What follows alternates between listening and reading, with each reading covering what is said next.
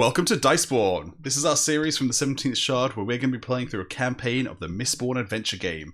I'm Ben, aka Overlord Jebus, and joining me for this adventure is Ian. Hey, I'm playing Royce. We probably should do characters instead of... That's a good idea. I'll be playing Dervish. Rosemary. Hello, I'm playing Hallie. Grace. Hi, I'm playing Marelyn. And Matt. Hi, I'm Matt, Comatose on the forums, and I'm playing Luka Ilariel. Very nice. And then You've got to get that Ilariel in on the end there. Yeah. And then... What's more important than a last name? And our GM for this game is Natasha. Hi. Lord Roller. Yes. This is episode 3 of our Mistborn Adventure Game series. Mistborn Adventure Game is a narrative-focused tabletop role-playing game made by Crafty Games set in the world of Mistborn. If this is the first episode of the series that you're watching, that was bold of you to click on episode 3 of a series, but I recommend you go to the first episode in the series by finding the playlist that this should be part of, or by going to the 17th Shard YouTube channel and finding the first episode there. We also have a session 0 of this campaign available on our Patreon if you are a patron. On to today's giveaway. What's up, guys? It's Giveaway Ben, back again with Bridge 4 to give you this week's giveaway. Now, this week's giveaway is going to be not 1, not 2, but 3 copies of the Stormlight Adventure board game, but not just the normal edition, but the deluxe edition, which comes with the nice fancy art book as well. Call to Adventure is a board game made by the Brotherwise Games company. They have made...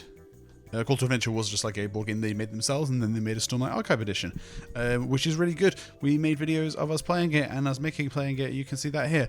They gave us these to give away, so thank you. Big shout out to them. They're great. You can find more of their stuff on the Brotherwise Games website, and also one of their upcoming projects that I want to remind people about is they're also producing the Stormlight miniatures.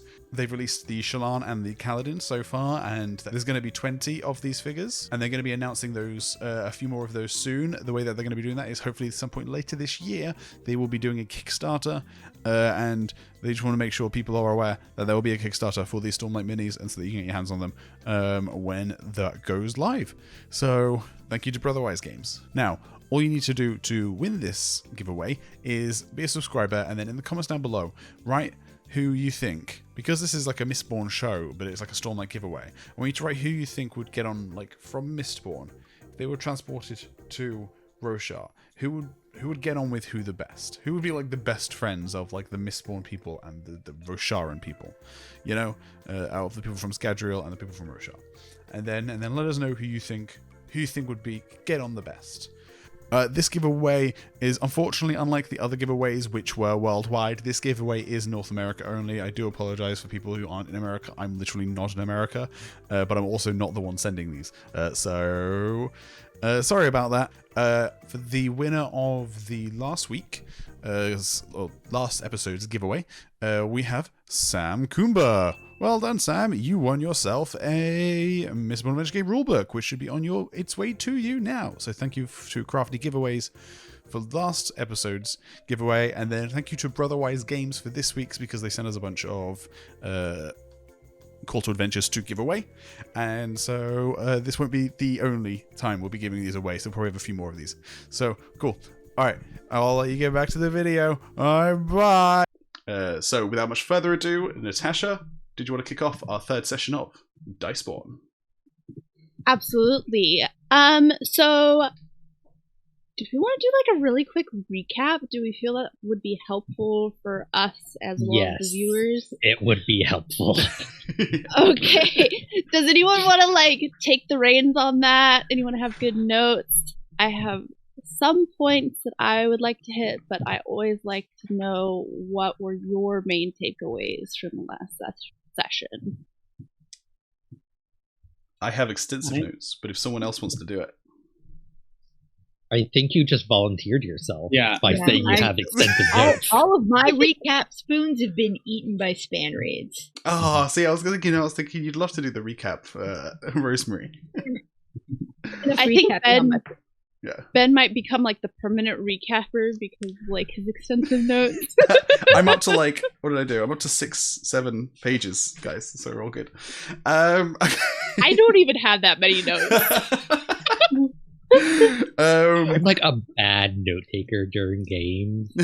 Like even as a DM, like I take very minimal notes. I just rely on my brain, which is bad. I'm writing everything. I have character descriptions in here and everything. I have everything. Okay, so we are currently going to be committing a heist. We are breaking into the first Zerina's bank, who are holding. Sorry, no. We're going to break into an auction house, which is where the first Zerina bank are holding an auction. The auction house is on it's at the University Ballroom. Yes, the auction's at the University Ballroom. And last episode, we got a bit of information on what we're robbing and kind of scouted out the area and kind of got ourselves a way in. So what we need to get from here is we're helping retrieve some texts for a lady named Adora, who is a terrorist lady whose father recently passed away, and so he has had his items that he has spent his life gathering. He was a scholar, seized by the bank, and they're being auctioned off. The texts we are gathering, going to be stealing, are stored in an enormous crate that is very large. And as our characters, we have no idea what's in that crate. We just know it's a very large, heavy-looking crate. Very thin. And very thin as well. Very large, square, and thin. The reason we know that is because Luka and Marelyn popped into the bank to have a little look around, where they got to see some of the things that are going to be on the auction. They got their eyes on the mark, and then they also saw some other items. For example, a unsealed metal mind as well. That was part of the terrace guys. And there were like earrings made of stained glass or something. Oh, yeah, yes. so there were a few things. So there was the universal metal mind. There was, I believe it was a necklace that was a piece of stained glass, like gray and clear and black. And then there was also a painting of kind of just this like really like dreary world. Yes. Those were the major ones of note. Of course, there were other things. A bunch of books. See, I'm writing these down because I didn't actually write down the items last time. Look at me. Oh no, sorry, I did actually write these down. Okay. We're all good. Okay.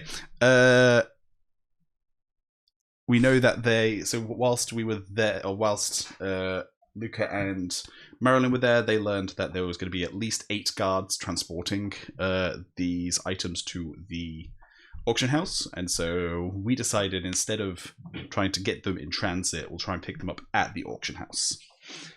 And the way we're going to get into the auction house is the catering company for the auction, or the catering company that will be catering for the auction, is one that's hired by the Ilarial household, and so Matt will be getting us some like caterers uniforms, and so that we can kind of dress up as the caterers and kind of try and get in that way. And that should hopefully also give us access to an exit vehicle, because the caterers are going to have to bring their stuff in.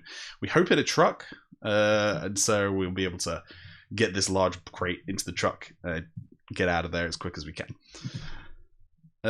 We'll also, whilst that's happening, Luka's been tasked by his grandmother. And Matt, do you want to tell us what Luka's grandma was asking him to do?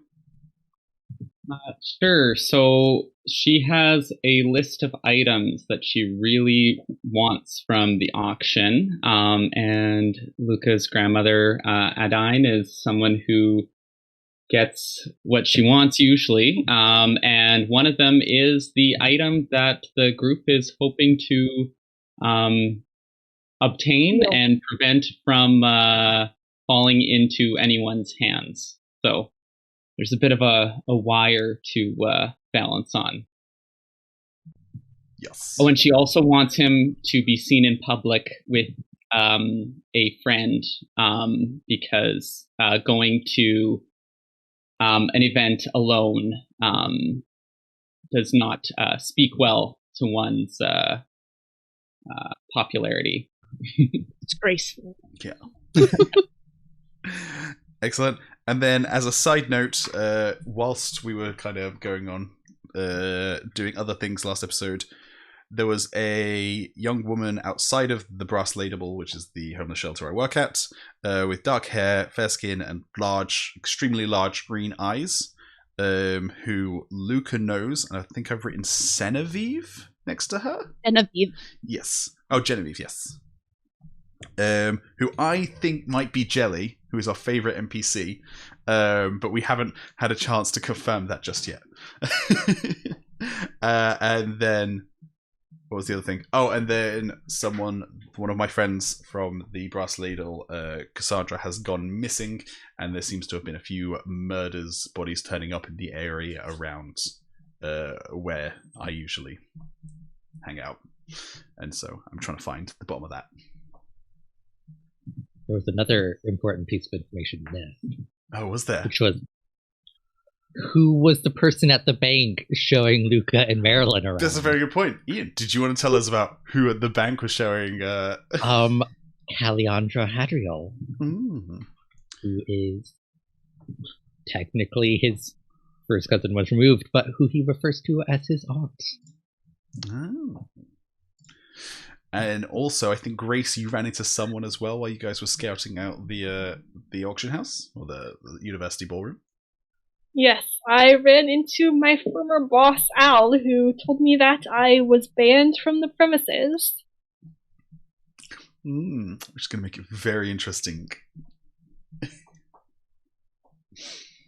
Good. Great. Yeah. And he's working there for some reason. Yes. Al is working there for some reason. It's very relaxing not knowing anyone. It's like, never I'm sitting there, I'm like, you know.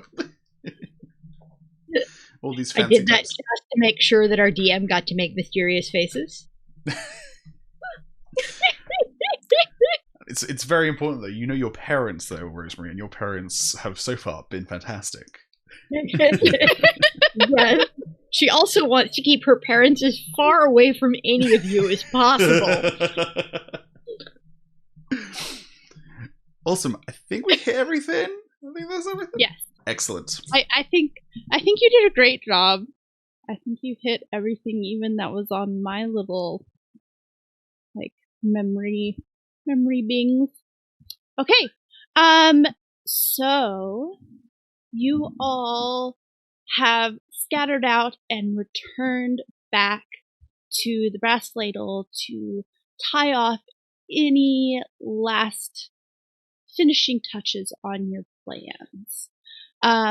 So we're doing this on screen because while most of the plan has been set by our players off screen, we did want to make a couple rolls. And we're doing that because gathering resources in the Mistborn Adventure Game is a roll rather than having gold or, your boxings or whatever that you are paying with and tracking those. When you want to obtain something, you make a roll and it's kind of based on the resources that you have and how hard it is to obtain in general. So let's do that. Who is obtaining the vehicle that you want at your secondary parting point? And who is obtaining the questionable food? Questionable. I have a resources of 3, so I probably should not get anything. I also have resources of 3. I don't know who is high resources. I have 4. which apparently is We're higher getting, than some It's the folks. second highest. Luka has resources of 5. So I like I have Luka. resources too. Because I'm cut off from a trust fund. That sounds So like are we sending Hallie or Luka? I will point out that if Luka is obtaining things, this might draw attention to him. Yeah. That's a risk to consider. Yes. Yeah. I will maybe say, Luka should get the food then, because that'll be less suspicious, right? Mm. Than the separate carriage. I think so. But then if there's something wrong with the food, can we team up and combine resources when it comes to searching things out? Yeah. I believe that you can give a point of aid, right? So you get one more die, but I don't believe that you. I mean, it's still helpful. Can split it in that way. So Does that someone make needs to come with me to get the carriage. I'm happy to come with you to get the All right. carriage. Let's go. Okay, so then just a quick roll. Hallie, I'm going to have you roll. Are you looking for a horse and carriage, or are you looking for a horseless carriage? Probably whichever one is easier / cheaper to get hold of. Okay, that's just going to be a horse and carriage. We're um, super picky here. yeah. So you are going to roll me your resources against a difficulty of 3. And if I've got Dervish giving me assistance, my resources is 4 plus 1, that's rolling 5 dice. Mm-hmm. Alright, let's see what happens. Hey! That'll do. Coming out of the gate strong. Yes. Yeah, so that was 4 5s, which is excellent. Pretty much almost the highest you could have gotten in that roll. So yes, so you'll be able to get a hold of a horse-drawn wagon carriage and park it somewhere on your exit route and have it there ready and waiting. Excellent. Okay. As for the poisons, or the questionable food, that's what that is. We're gonna make this a 2, unless you want to, depending on what are you hoping. You're just hoping for a expulsion effect, yes? yeah. I've never heard it described in such a manner, but it is perfect. Whatever, just slip in some castor oil or something, just whatever it was that Steris used in Bands of Mourning to cause her distraction. Right. Yeah. Syrup of Ipecac. Yeah. Yeah. So just I mean, that's something that could probably find in you could find in a healer's kit. So it's just a 1 resource roll. It's pretty easy to get a hold of. Okay. And we decided Luka was going for that, right? Yes. Okay. Challenge rating. Can I roll something else first to see if he can kind of stay incognito? Or is that? Oh yeah, sure. If that's what you would rather do, or you would like to do. Let's see. Let me See, understand. Check. Let's. What would be a good roll for that? If you have a suggestion, feel free to make it. I'm thinking wits. Otherwise, Yeah, I'd say charm or wits, probably. One of the 2. yeah, I'd say wits or spirit. I would prefer wits to spirit. Okay. Then let's do wits. Okay. I'm just looking at any of my items help me.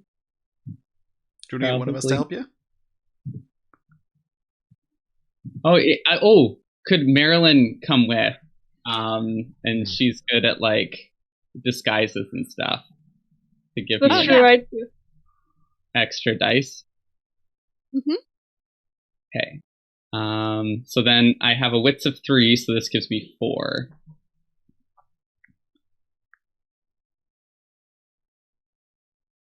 Okay, so this is that 2 to go kind of incognito. Hoping to not Yeah, like. so what is your influence? Influence is 6. Okay, so I'm going to put this at. This is going to be a 3. Okay. This is going to be a difficulty 3. Okay, so I got a 2, so that's quite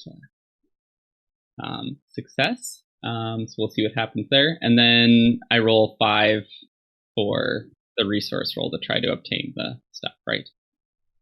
Yes. And it is you only have to get, it's just a 1 difficulty.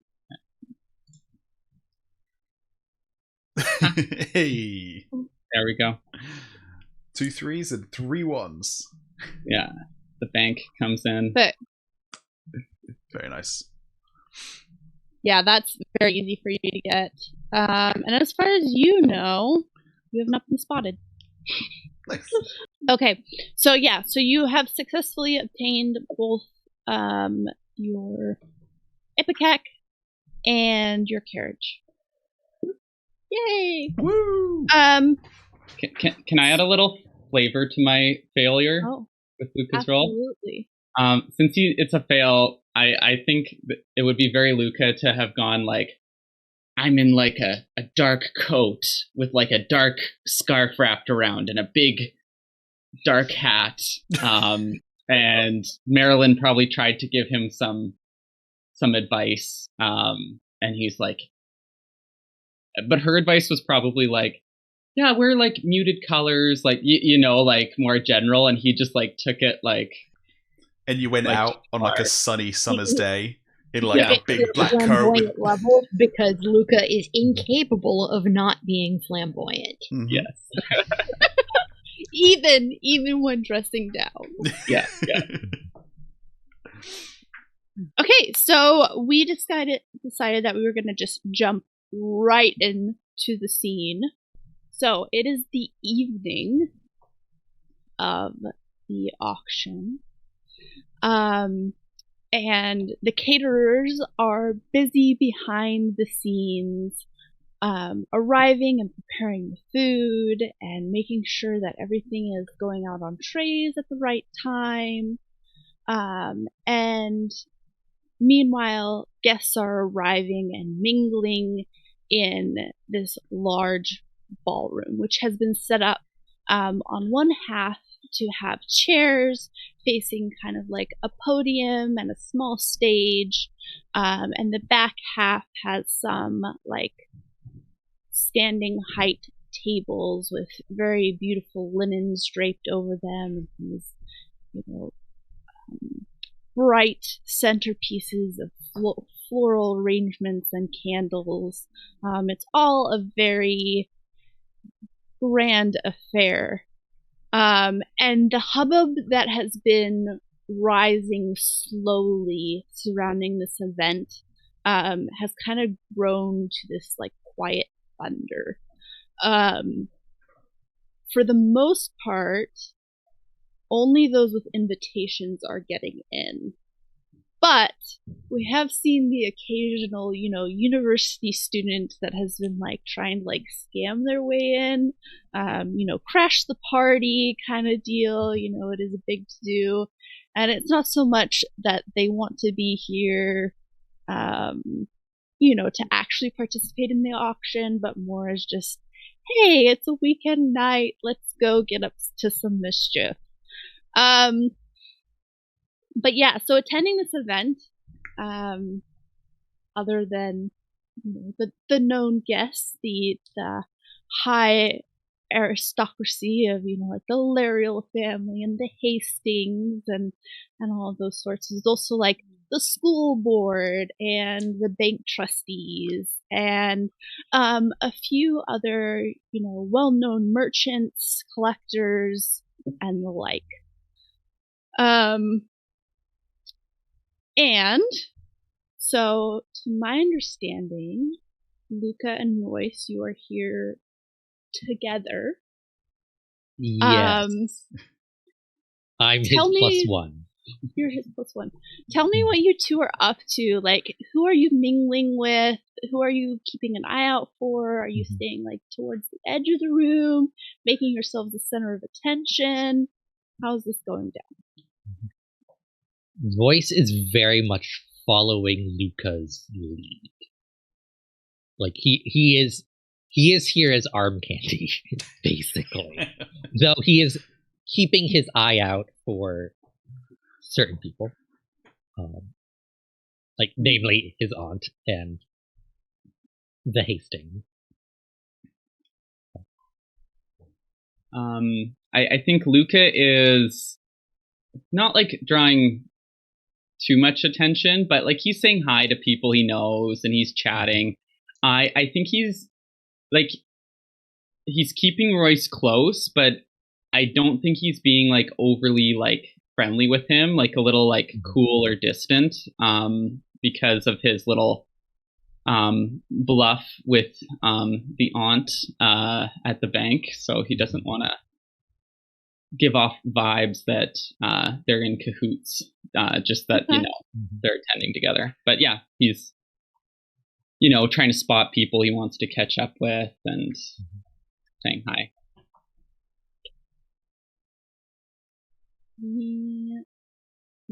Have you each make me a quick check here? Will you please make me, each of you, an influence roll? And I will have you both do that at a 2 difficulty. Okay. I'm not sure what's going on here, but would my inviting smile or ability to recognize and track social connections help? Yes. Yes, that would certainly. So essentially what I'm having you do here is kind of like, for those people that you're kind of on the lookout for, attracting that attention rather than the wrong unwanted attention. Yeah. Okay, so I have an influence of 6, and then I can use my traits, so that's 7 dice. That is a high stat, that raise right there. Yeah, that's his go-to. So. Ooh, very nice. Very good. And a nudge. Yeah, 4 and a nudge. And Royce, will you also make that roll for me? Okay.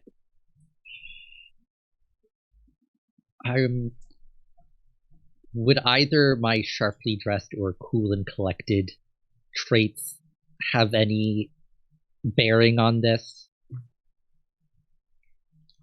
can give you sharply dressed. Because it is a social function. So, and you are being arm candy. So I have an influence of 3, so that makes it 4 dice. And you said it was difficulty 3 or 2? 2. Okay. Uh-oh. Uh-oh. Nothing. I got 1 nudge. Okay. This is gonna be fun. So, Luka, who is it that you would most like to speak to? Who is? I don't think anyone like super in particular, but like just people who are like kind of the who's who, like okay. Like he wants to like say like, oh yeah, like that's a important person around my age, or like someone, or like if any of his like grandma's old lady friends are there, he'd like to like chat with them. Okay.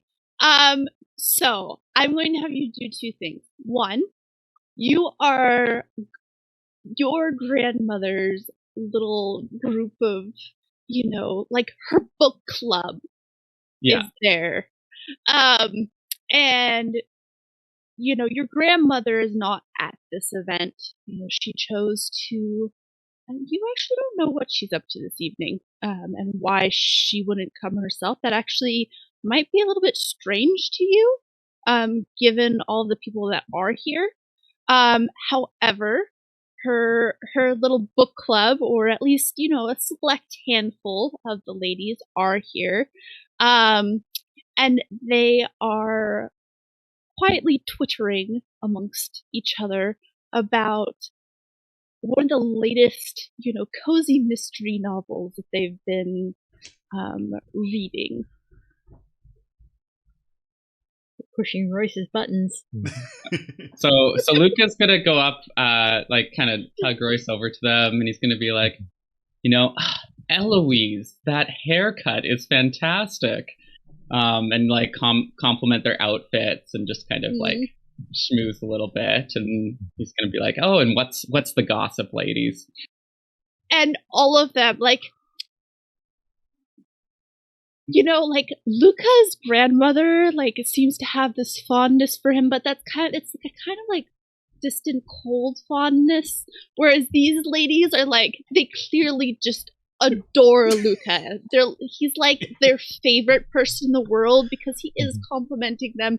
He's making them feel, wanted and adored and seen, and so they are more than happy to be, talking his ear off and like, oh, sweetie darling, yes, it's so sad that your grandmother couldn't make it this evening. I heard that actually she was under the weather. Is that true? Is she feeling ill? Well, my grandmama is a very private person. I'd hate to gossip, but she has a fantastic constitution and she's very strong-willed, so I'm sure she'll be. Oh, certainly. Yes. Back on her feet in no time. I'm quite certain. So you were looking for gossip from any of them? I hate to gossip, he says. Roll deception. Yeah. I hate to gossip. About my family, but I will gladly gossip about anyone else. So I would like you to roll me a charm, and it's at a difficulty 3. Okay. So I've charm of 4. Would the inviting smile help? Because I'm kind of. You're prying for information from these good old women that love you. Yeah. No, Luka loves it. So that's 5 dice total then.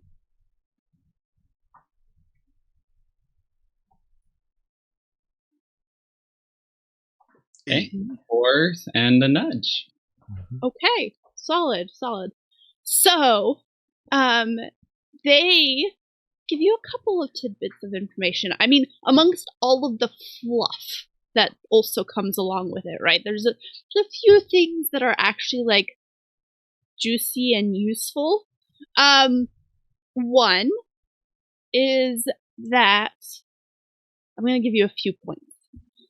So, one is that they have seen lurking in the hallways. They're like, oh my goodness. So there is, I don't know if you've seen it. It's actually quite disturbing given the event that we're at. But there is a Cola's blooded in the hallways, and we're not to harp on who they're hiring for security these days, but it's a little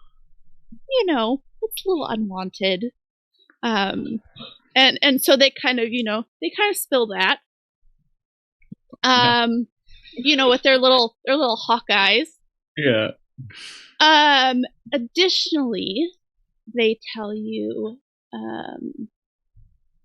they're like, the Hastings as of late, have certainly been making quite a financial name for themselves. And I don't know if it's their new factories or what, but they seem to have had like an influx of good financial fortune. And finally, and this is kind of the thing that you might dismiss as fluff, but it seems very important to them, is that there's this new spa that has opened up out on the edge of the basin, like close to the mountain. This is really like scenic little spot, and they are all a Twitter about it. They're like, it has just been flourishing, and it's apparently from like these hot springs, all natural, very rejuvenating. And they're like talking about their skin and how like, Miss Tarvine came back the other week, and she was just glowing from this experience. In the mud baths, like just wonderful. Well, between you and me, ladies, well, she might need that. None of you do. You're all looking great, but you definitely deserve to be pampered. So, oh, darling, thank you so much. Like.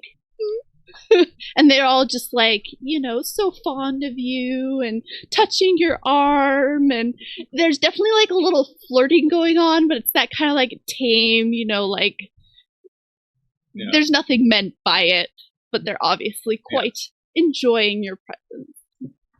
And I think on the Kolos butted thing, Luka will do that kind of awkward like seize up thing when you're like talking to someone older, and they say something like a little off, but you're like, it's not worth like correcting you, but and by a little off you mean super racist. Yeah, absolutely.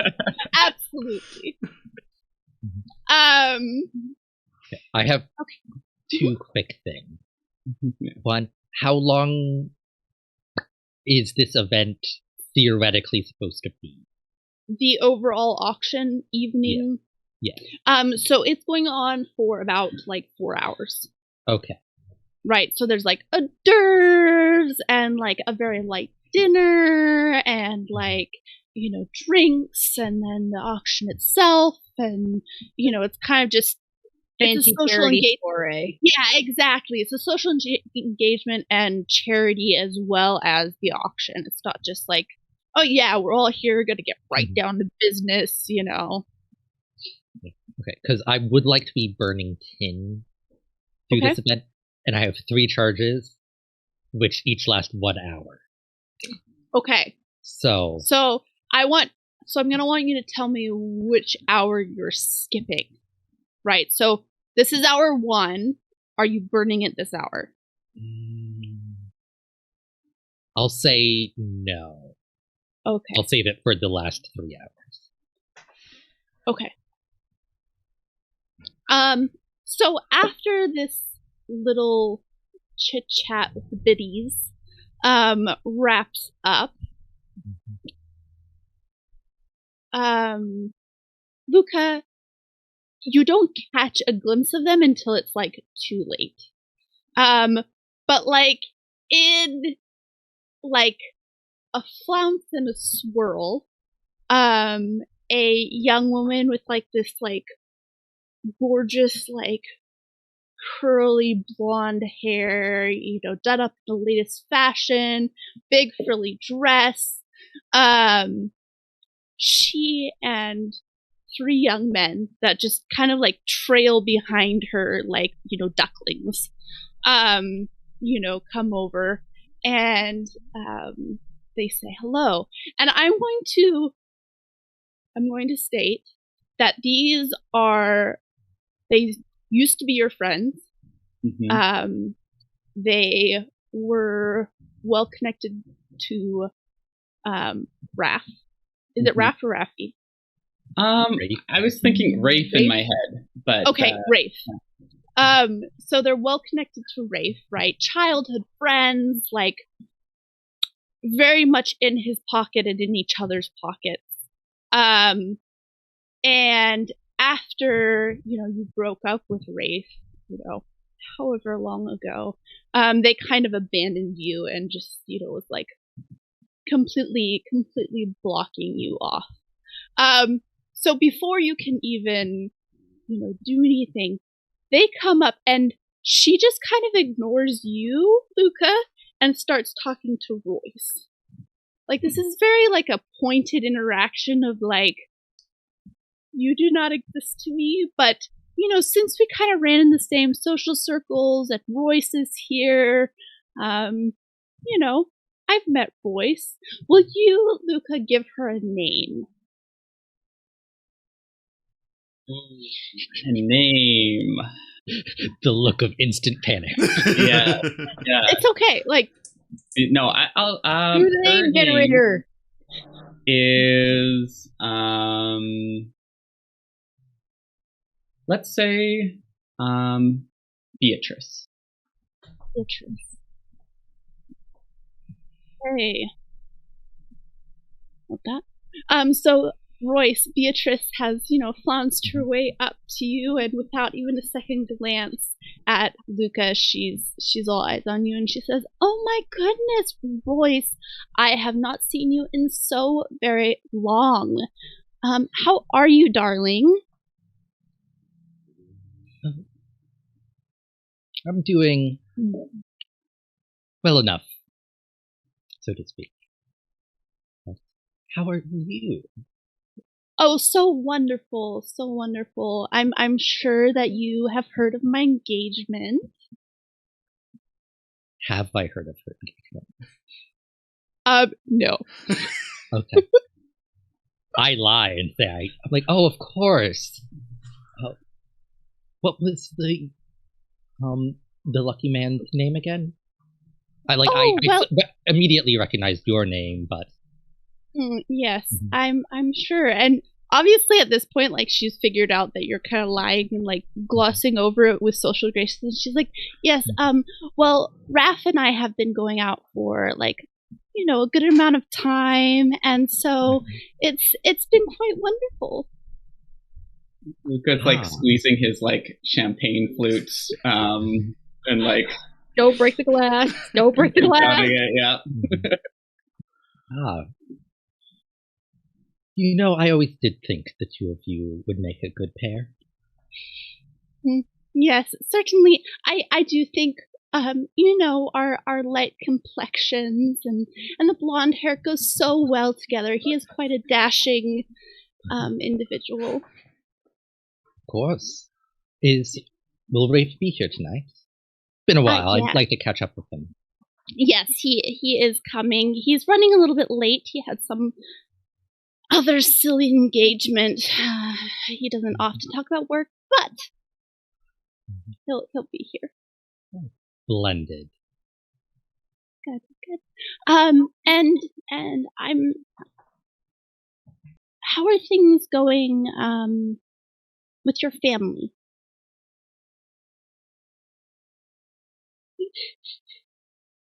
Awkward.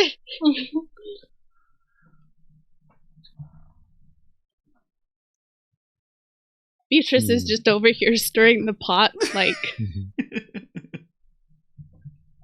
To think how he would respond. Like, he would just give her, like, a big smile, like, oh, well, I've been taking some time off, but my aunt has a new position at the First Serena Bank. Oh, yes, I did hear about that. If you see her, give her congratulations. Of course, I'm sure she'll be here this evening, given her position and given the involvement of the business itself. But if you see her before I do, please give her my regards. Oh, I will. And your cousin as well. Yeah. But yeah, and she says, "Oh, excuse me, I see.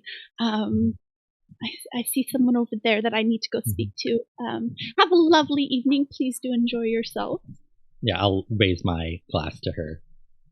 And at no point during this, have I acknowledged Luka, because I know what the plan is, and it's like, Well, like, obviously we're playing at people who aren't particularly close, so, like, yeah, I'm kind of snubbing Luka as well. Okay.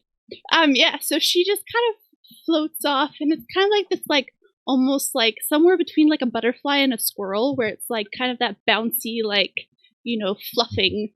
She just kind of. As they go off, Luka's just gonna like kind of spit out whether or not they listen. He's gonna be like, try the shrimp cucumber canapes. I know they're a favorite. And there's just no reaction. One of the young men, he kind of glances back at you, and you know him as Gavin, and he just kind of like glances back at you, and it's clear that he's just kind of going along with the flow of things. Mm-hmm. But and I'll say whatever appetizer Luka like just suggested there is absolutely the one that he knows Rafe likes, and that he suggested they put the stuff in. Yeah, Rafe is all about that shrimp. That shrimp and cucumber. Shrimp cucumber. Yeah. Good. Yeah. Okay, so now we're gonna jump on over to the caterers. And that end of things. So you all arrived, a little bit early to the event. And you helped not only set up, but, like, kind of like put the little canapes out on the various plates and, maybe sprinkle in a little ipecac powder on it or, whatever that is. And the staff is all kind of like at a bustle, and it's not quite like no one's really noticing you yet. As you blend right in. I would like each of you to make me a charm roll. Oh dear. Uh-oh. Is this for something specific? It is to blend in. It's gonna be at a 2. Can I use my average looking face to get an extra? Absolutely. What I got nothing that's gonna help me out here. We just better cross our fingers here because I've got a charm of 3, kid. I've got 4, and I've got one of my traits is an unapproachable kind of resting colors face, and I'm like, because people don't want to talk to me, can that help out? Yeah, sure. Cool, excellent. Maybe my prickly attitude will also keep people from getting. Sure. Yeah, so that will keep them at a distance for now. For now. Mm-hmm. Go. Ominous words. Alright, so a challenge of 2. You go first, Grace. That means I get 7 dice. Oh man, damn. Nice. You rolled a 4. I will go next. So I have a charm of 4. We'll go with 5 with my unapproachable face. Is that 3? Success. Okay. And my charm of 3 with my prickly attitude, keeping people from looking too closely, maybe? Nope. Oh Didn't no. help. Oh no. Hey. That's a 0. So the back kitchen and staging area is in a flutter of activity.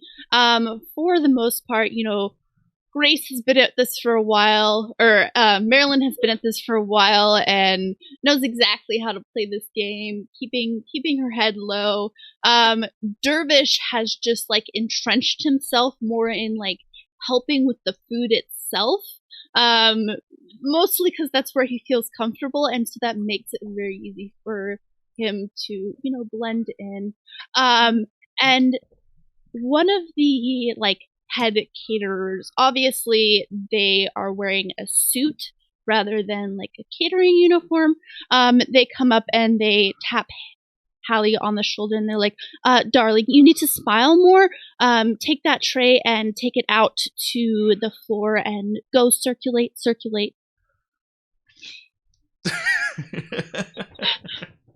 I mean, her attempt at smiling is just really like this.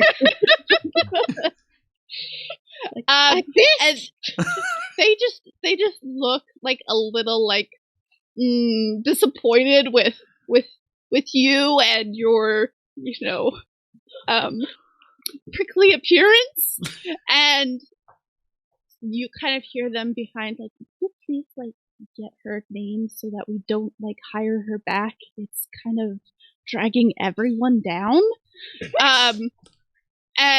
But you're sent out like to the main ballroom, to circulate with your little tray of hors d'oeuvres, and it's like, these like little like snail shells with garlic butter like inside of it. It's chef kiss delicious.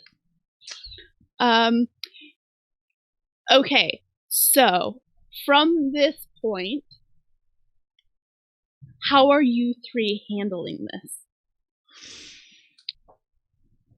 I mean, I think right now we're just trying to do our jobs and we're waiting for our cue, as it were. I might try to suss out some information on Al and what his job is here. Well, like, just kind of like doing my job, but then kind of like, it's busy, but I'm sure there's some moments of downtime, some gossip about the people in the like ballroom and what's going on. So I might servants chatter. Yeah. And then whilst we were like before guests arriving, like as soon as I was able to, I wanted to try and kind of explore a little bit, just to kind of get a lay of the land, like where I'm going to assume I helped bring things in, because the muscles, and so. Did I see like a rival area for like a back door shipping area kind of thing? Yeah, so you're doing more of like an exterior scouting rather than an interior scouting. That's what I'm hearing. No, it would have been like an I assume we would have done the exterior scouting at some point anyway, but I wanted to do the interior kind of. Turned up, be like, oh, where am I needed? And someone's like, oh, go help get stuff out of the back. Okay. And then I want Okay, so I'm going to have Hallie, I want you to roll spirits. And your spirits is going to be it's a 2 difficulty, Hallie. 2. Oh no. Yeah. Spirit is my literal worst stat. Marelyn, yes. I would like you to roll a charm, and that is going to be a charm of also 2. And then Dervish, I want you to roll me a spirits of 2 and a wits of 3. Cool. Do I go first? Wait, it did. Yeah, I'm assuming there's nothing that can help me on this. This is pure luck. I will give you a bonus of 1. I'm not going to tell you what it's for. I'm sure, but I know that you should. But I know that you would have your ears perked for it. Okay, does that make sense? All right. Let's see what happens here. I know that's not soothing. I got a nudge. It doesn't do me any good. Okay. So yeah, for the most part, Hallie is just so focused on trying to look mildly approachable. And just making it worse. Yeah, and for the most part, everyone is just kind of like so long as they're talking and focused elsewhere, it's not an issue. But as soon as they actually look at Hallie, eventually Hallie's tray is just empty, but she's still offering a little bit to people, and people are just what is going on? When they go to take something and it's not there, they look at her and they're just Okay. Okay. Yeah. Hallie's not realised that people want a full Not tray. realize that you're about a thing. You don't have to empty the tray before you go get a new one, you know? It's Alright. Okay. Marelyn's roll. Okay. 3 Okay. 2s. 3 2s. Okay, perfect. So you did succeed.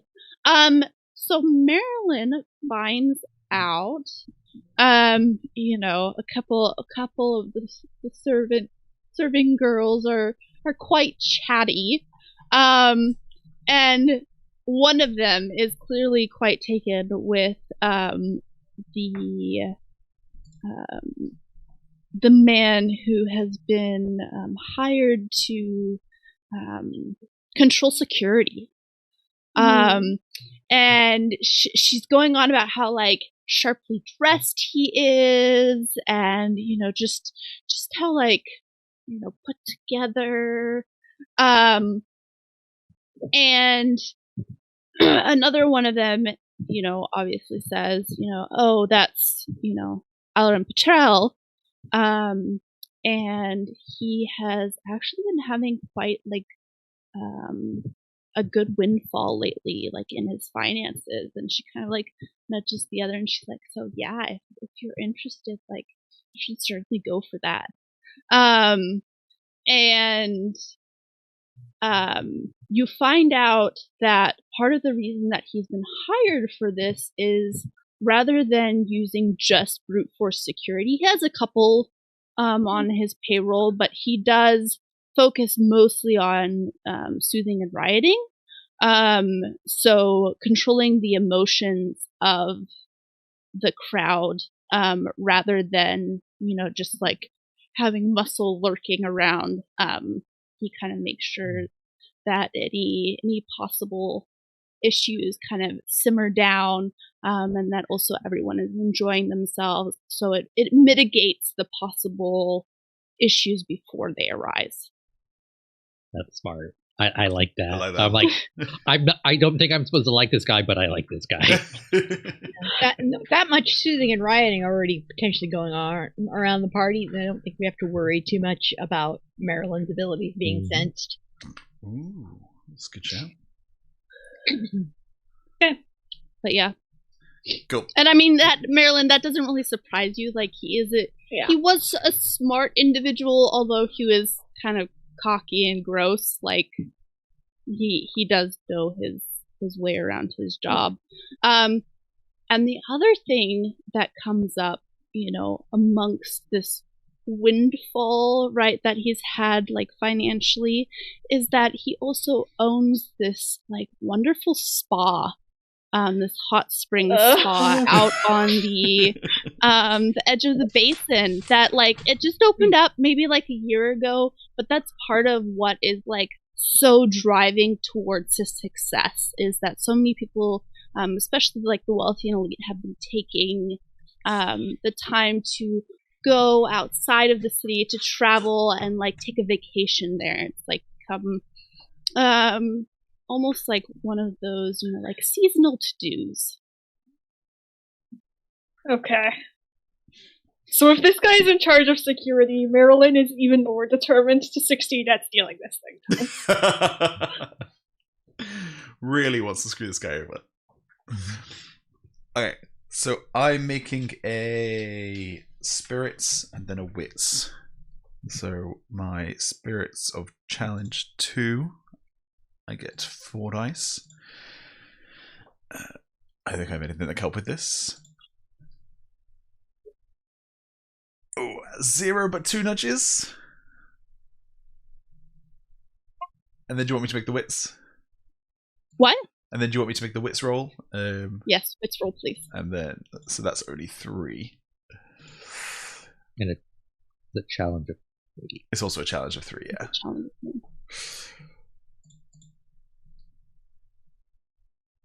That's 2 and a nudge. Oh no. So yeah. You can trade those nudges in to succeed on your wits roll. Okay. Potentially. I was going to say, which one's more important for me to succeed on? Because the wits of the spirit. Oh, I don't think the other one was possible for you to use nudges to bump up enough because it was already at a 0. Because I think the nudges only let you. It gives you like one. Yeah. Okay. So I will bump up this one to succeed on the wits roll. Okay. So you are scouting around, right? And seeing what you can see, getting like the down low for where they're bringing in the crates and taking things out. And you did see all of the various auction items arrive. And you got a good feel for where they were taken, but just kind of, as you were like going to follow, right, you were kind of pulled back to your duties. You couldn't go in, but you do know that they were taken down, to like a right wing corridor. And from your previous scouting of, Marelyn and Luka's previous scouting of the actual location, you have an idea of like 3 rooms that it would be possibly held in.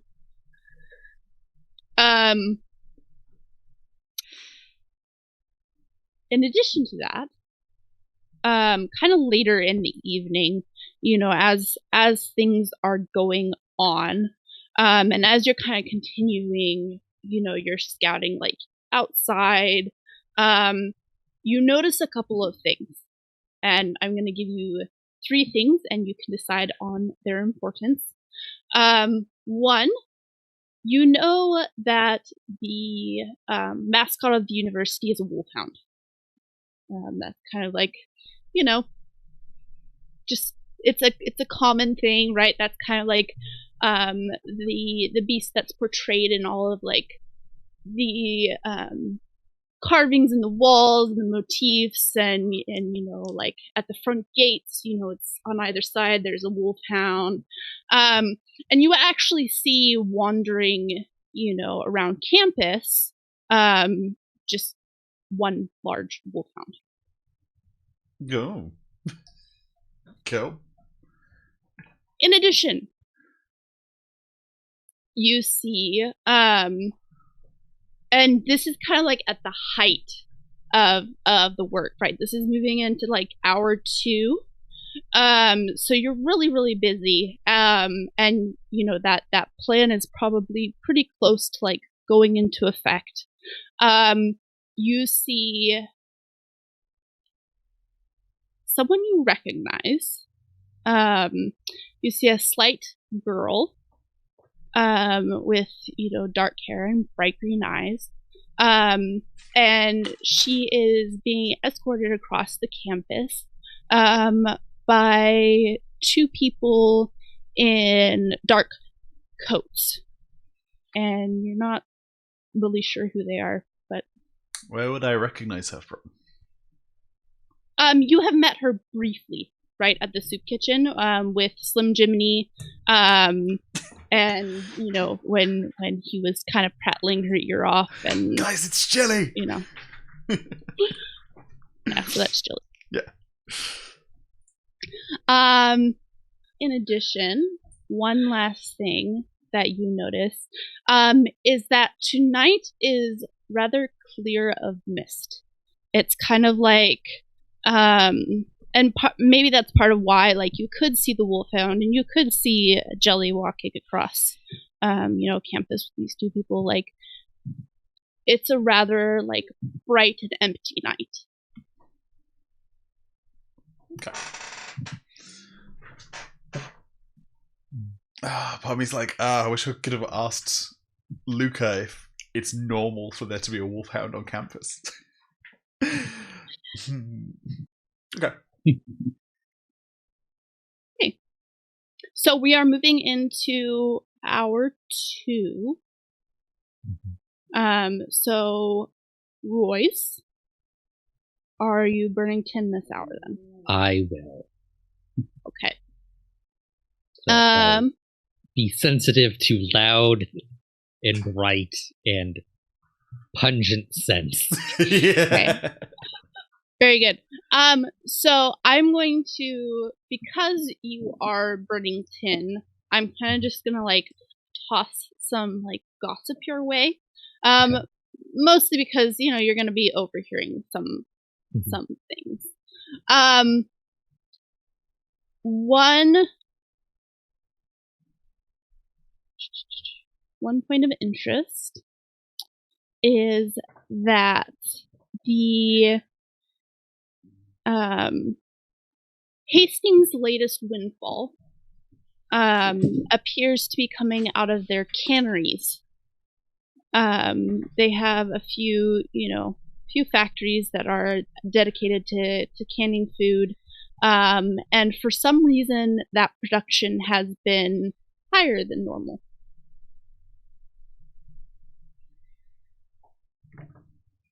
Interesting. Something funky's going on.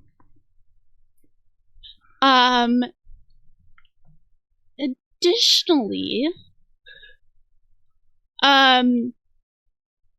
you hear that there is a man who, he's kind of unknown. He's actually like rumored to be from out in the roughs, and has was invited to this event kind of as like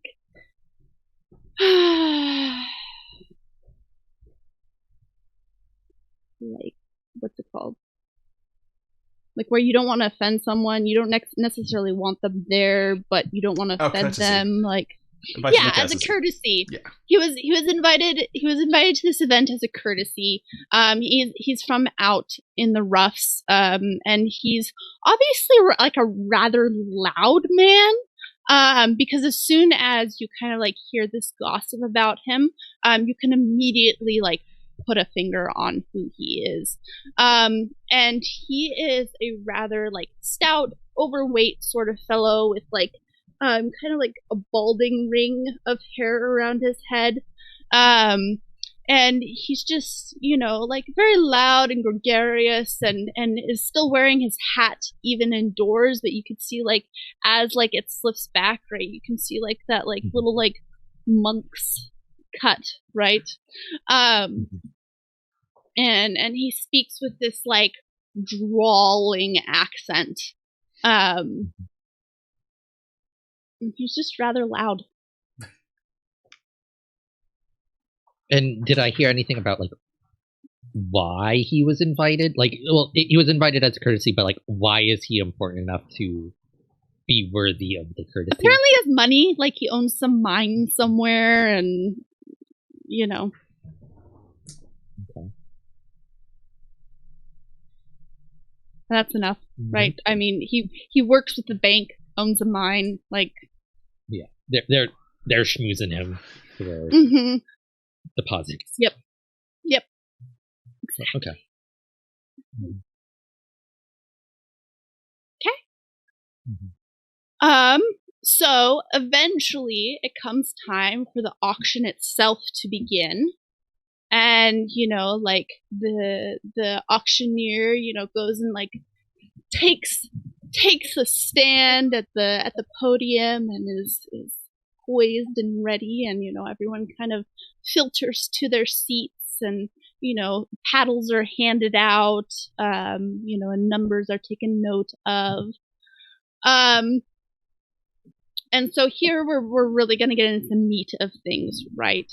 So behind the scenes, I'm assuming that Hallie, Dervish, and Marelyn are going to be trying to take their moment to grab the box and switch it out.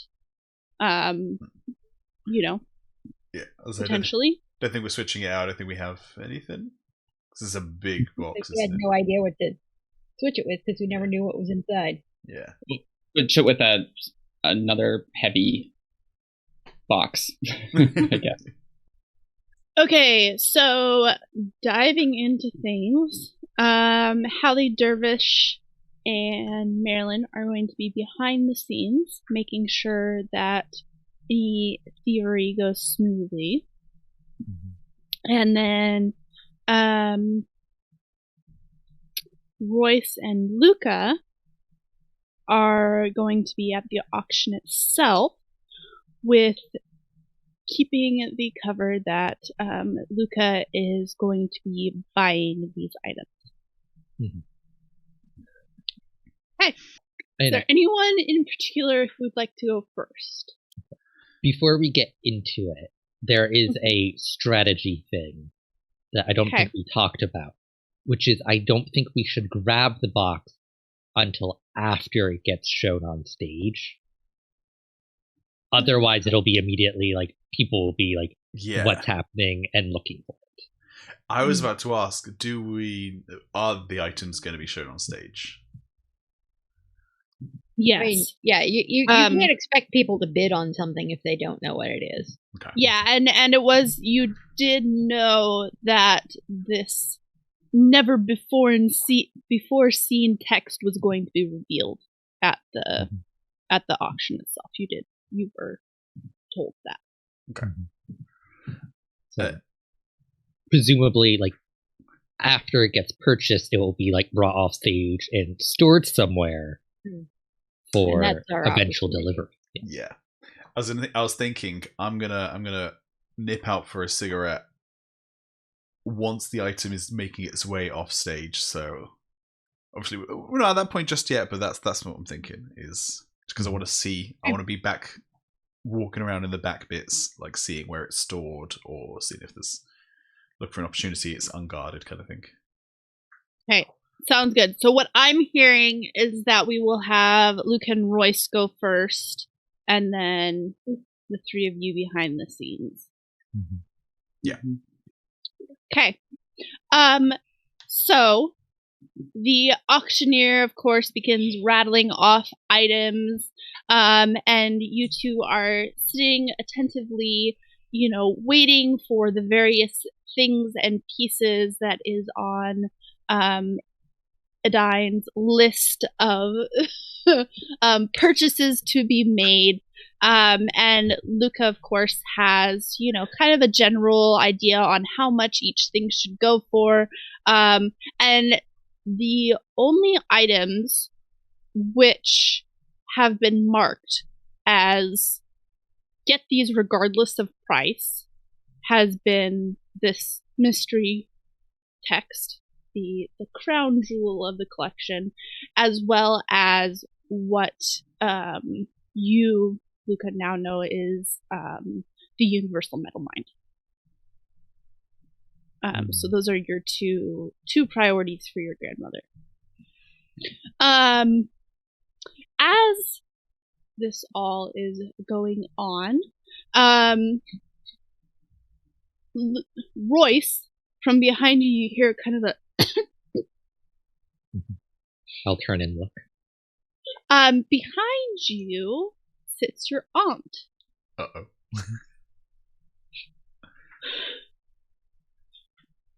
And what kind of expression does she have? She actually has like a very she kind of almost pretends not to notice you, even as you turn around, right? Like the little cough was kind of this try to get your attention, but no one else's attention kind of thing. And she kind of keeps her gaze focused on the auctioneers, and she says, I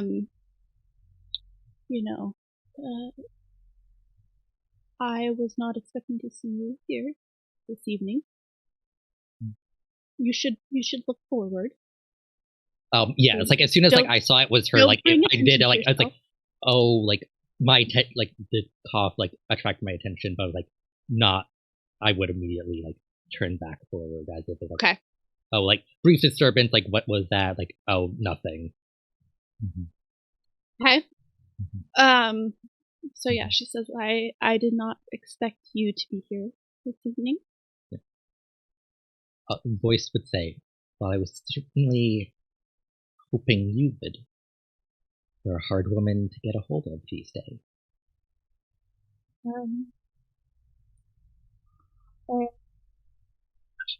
She is quiet for a moment, kind of, well, there's like, rise of chatter and then like a lower of chatter. And she seems to be like timing when she speaks, like so that you can hear her, but so that it's not distinctive enough for anyone else to be, overhearing the conversation, despite that it's being had in plain sight.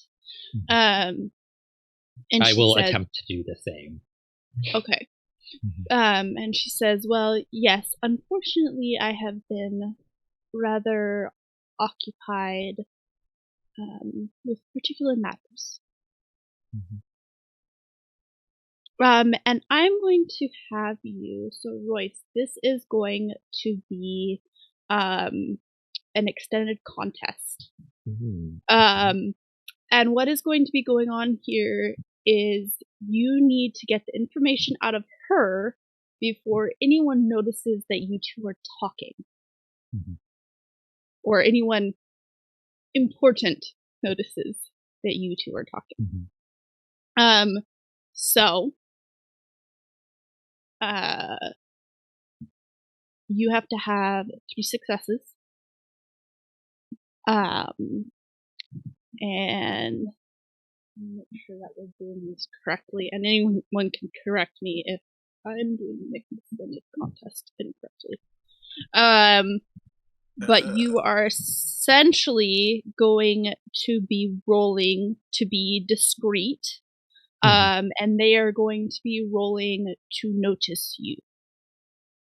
And you have to get 3 successes before they get 3 successes. Okay.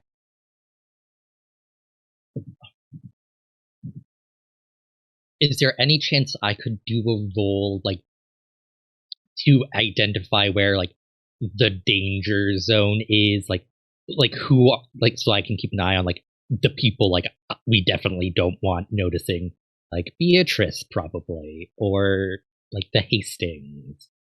Yes, so, potentially, however, that does take time. Yeah. Right? So that is a roll that you would be making instead of, right, possibly rolling to succeed. Does that make sense? Yes. So that's like a beat, right? Yes. But would that potentially make things easier going forward? Yes, it would. Okay. So it would lower your difficulty. Okay.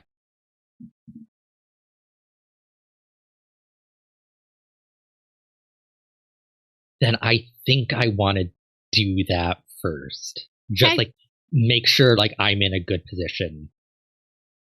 Like, that sort of thing. Sounds good. So that is going to be a difficulty rating of 4. And you are going to be rolling wits. Okay. Does my information acquisition trait help? Okay.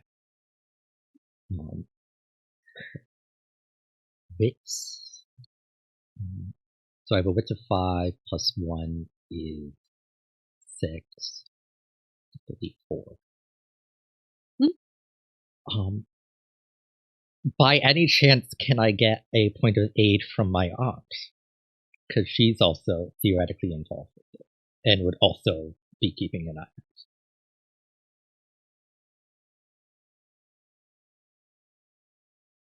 I will allow you to choose whether you get the point of aid on this roll, or whether you get it on a future roll.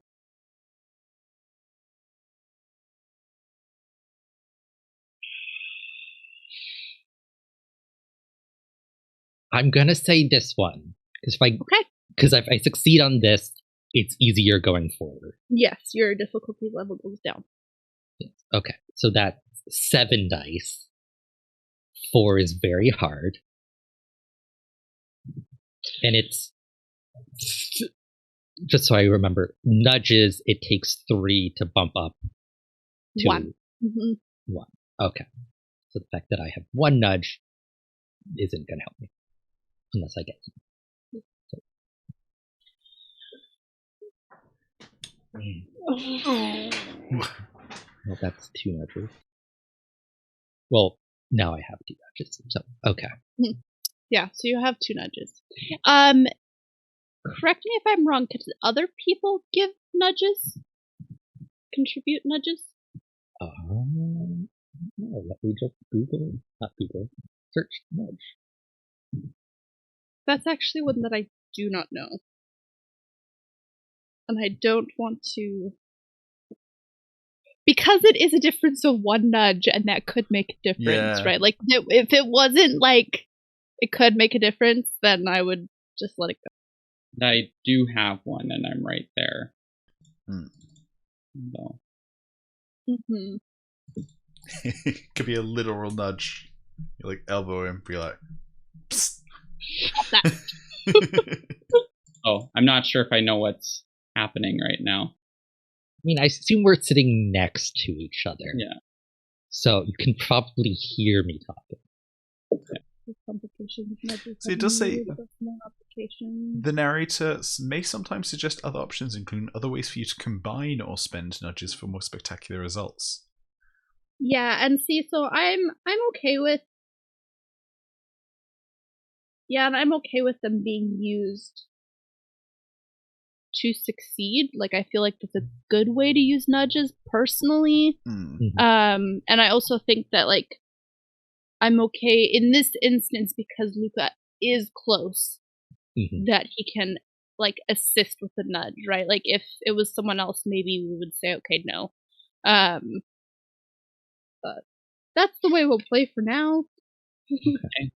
So, Luka, if you would like to give him your nudge. Yeah, this seems important.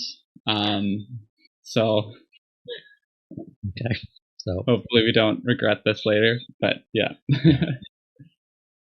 Okay. So voice is low. Your aunt says, you know, I have been otherwise occupied, so I'm going to have you roll me a difficulty 2 of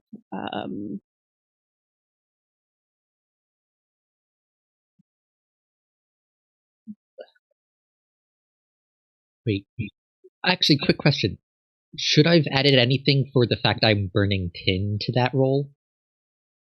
Because I didn't. You try just rolling for tin.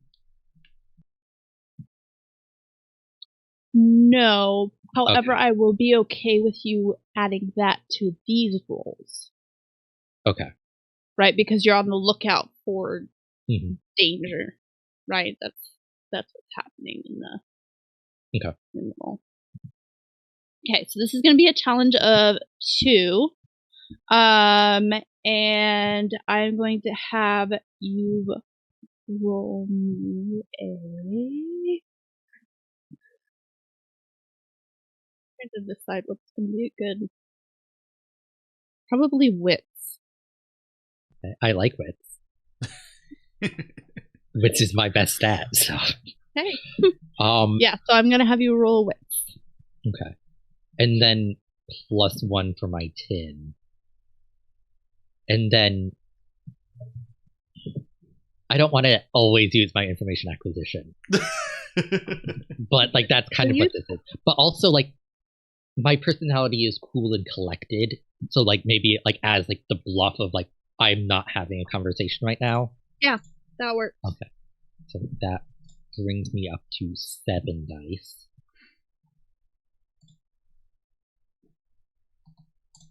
Two.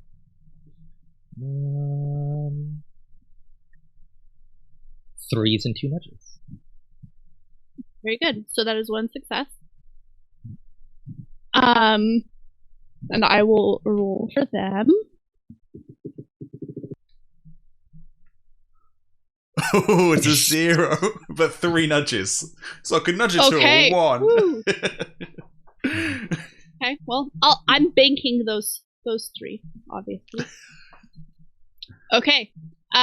So she leans forward and she doesn't lean forward. She's, speaking forward. And you hear her say, "Yes, I've been rather otherwise occupied, and unable to find a moment in which we are in the same vicinity that will not raise any questions. And she says, I must apologize for my lack of communication. It was not by my own choice.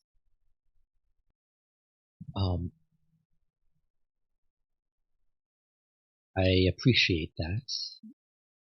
It was rather concerning, not being left out in the dark, not knowing the reasons why certain events came to pass. I'm certain it was, but I did not wish for the fate that befell your father to befall you.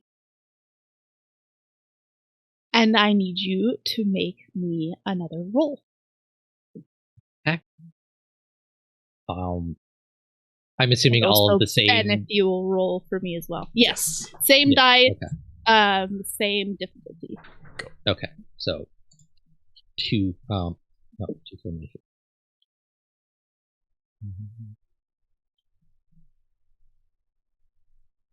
That's a big pass. 5. And then Seeker. I probably should put 5 as the difficulty. 3 and 2 nudges.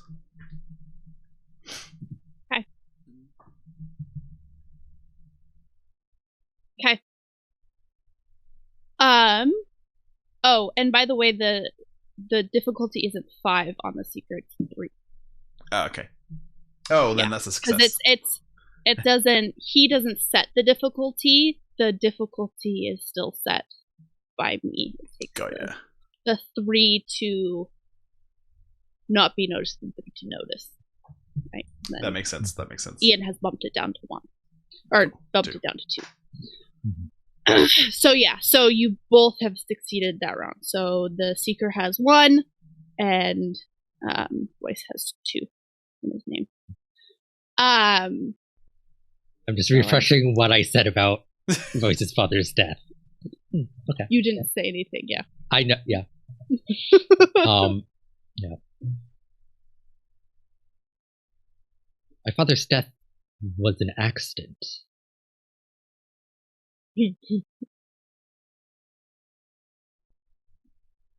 And there's just silence.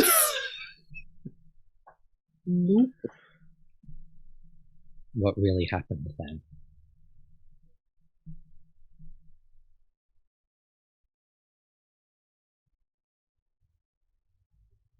He stumbled upon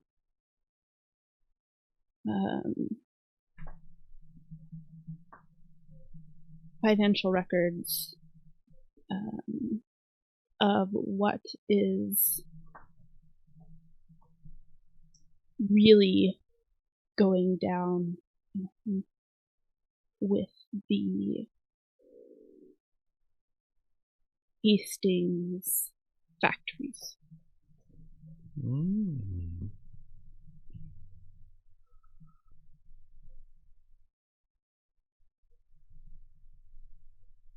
Yes, they've certainly been flourishing as late. We'll have another roll.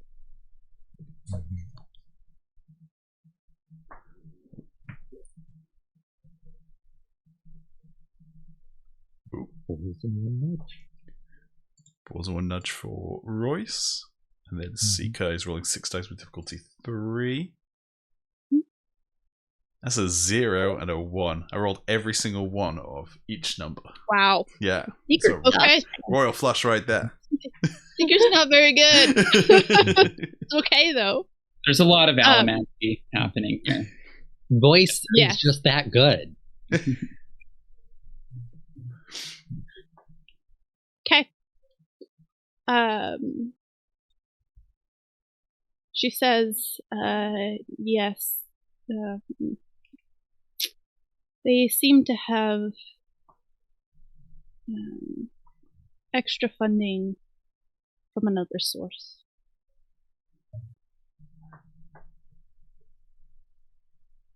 And the factories themselves are some sort of front for other activities.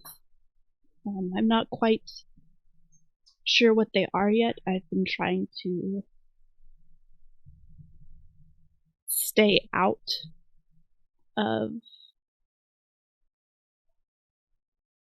notice and keep my head down while gaining confidence.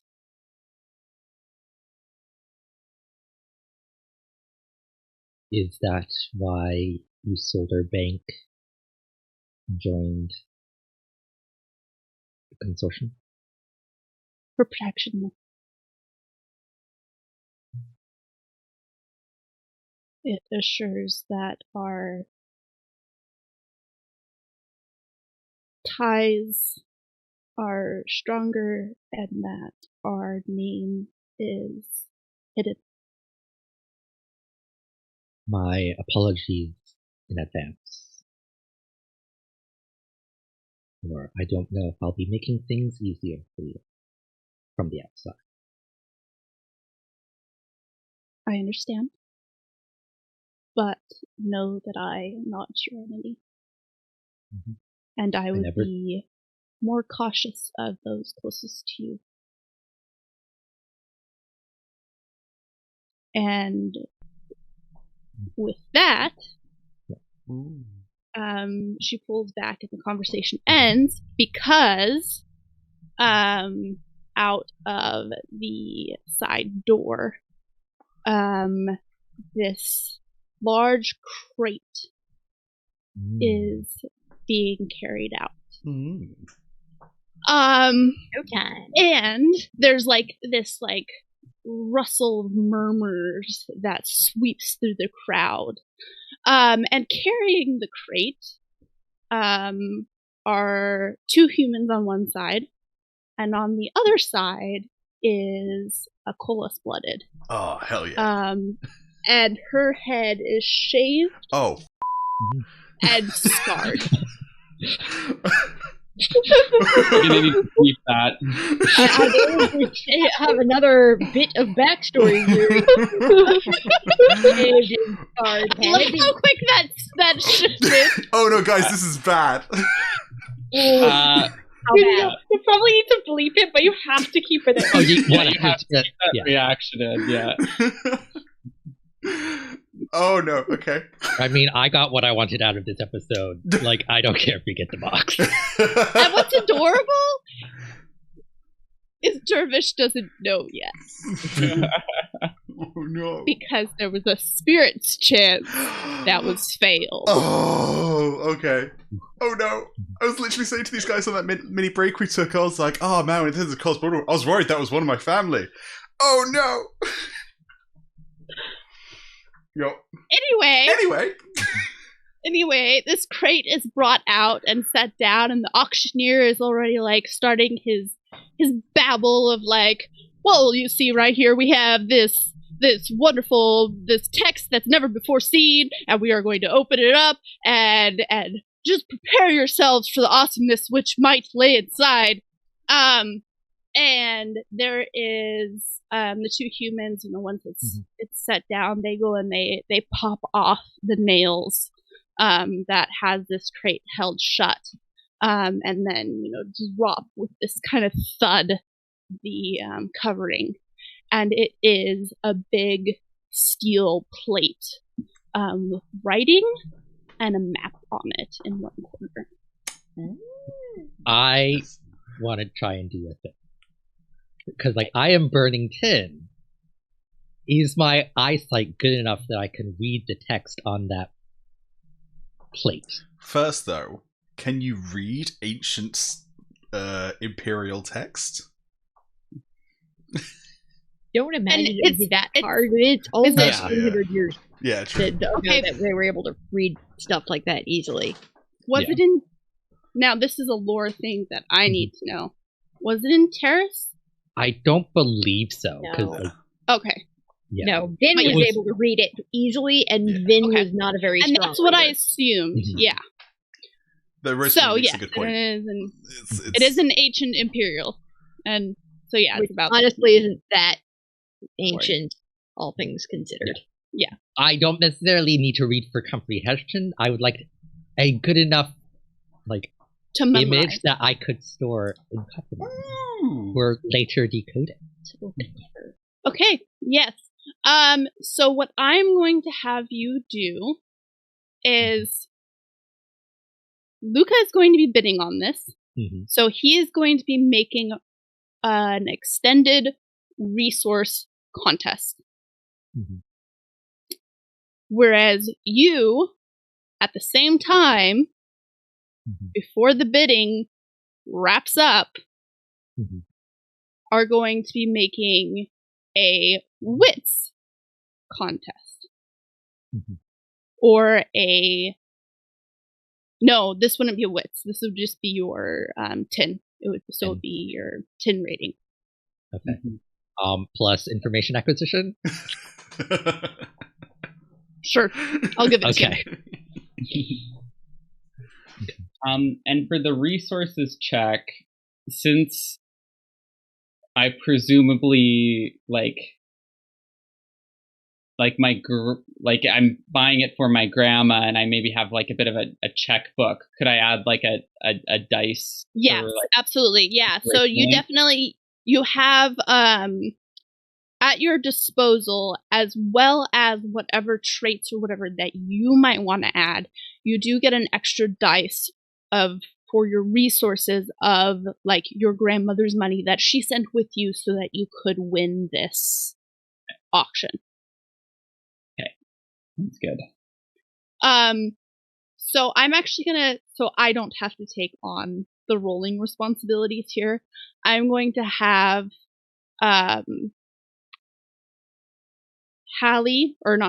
Rosemary, Ben, and Grace, you are going to take on the 3 other bidders. Oh, cool.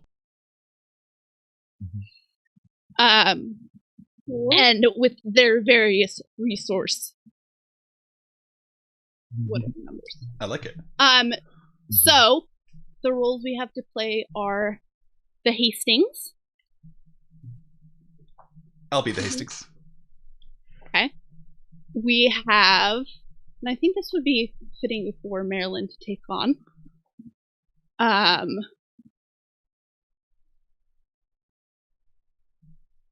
We have Darren, drama. Okay. And he is that loud, rotund man with kind of balding. Yeah, that's Darren drama. And then Hallie, you will be representing the Church of the Survivor.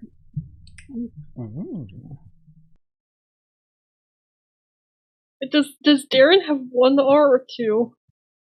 Darren. You can choose.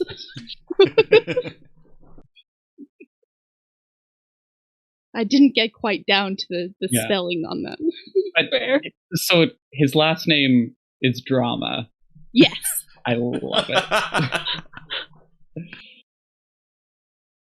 No idea who that is.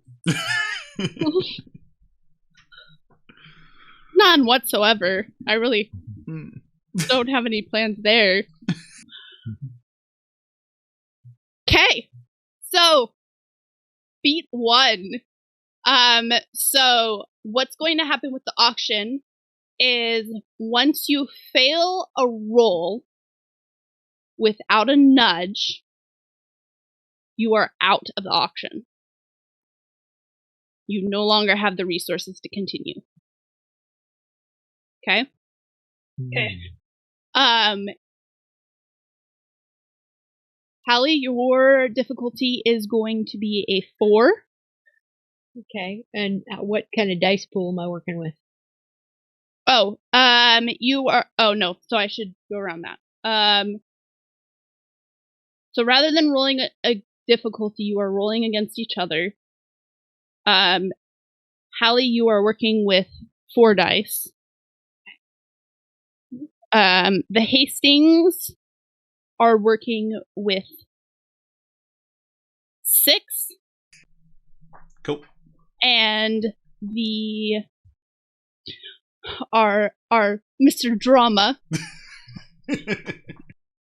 is working with 7. Ooh. Whoa. Okay, interesting.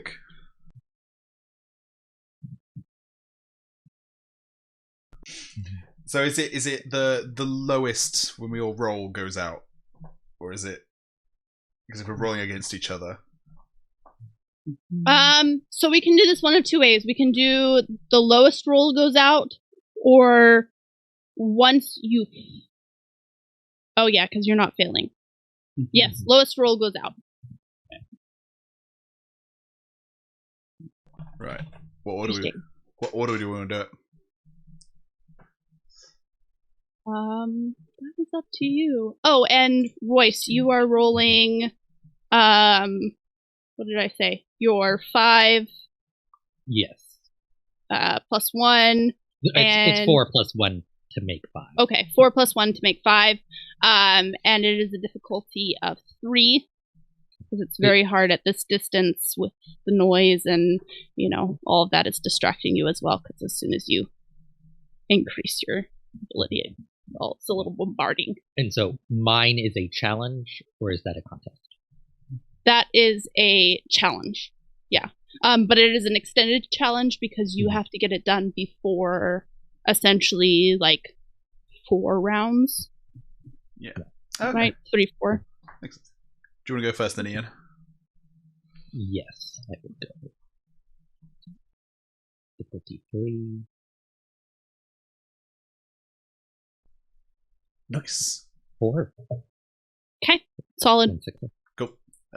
1 success. Hastings start the bidding at a solid 3 with 1 nudge. Okay. And I guess see what happens with the Church of the Survivor. Church of the Survivor may be dropping out early. 0 with 1 nudge. We'll do Darren Drama. Ooh, 4 with 1 nudge. 4 with a nudge. Okay, and then Luka. 5. Damn. Nice.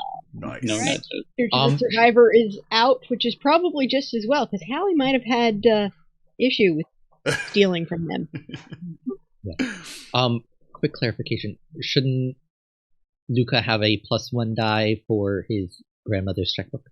Oh yeah, I have 5 You resource already die. added. Oh, okay. I thought you said, yeah. Mm-hmm. Yeah, the 6 is including that. Yeah. Go. Ian. Hey.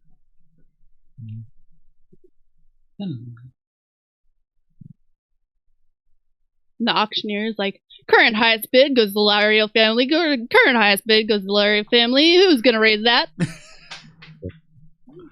I'm kind of leaning forward, fingers over my ears, just trying to focus in, blocking out everything else.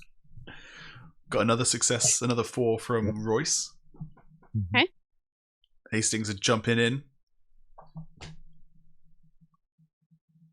The 3. No nudges. Okay. Darren gets a 3 with 2 nudges. Oh. Hey, this is getting close. Mm-hmm. Yeah. 4. Grandmama's checkbook carries it. Hastings are out. And the Hastings drop. And the announcer's like, and that's all we will be seeing from the Hastings this evening. And the layers are still on top. Mr. Drama, do you have any more in your pocketbook that you'd like to see leave it tonight? And Back Royce? to me. Yeah, does a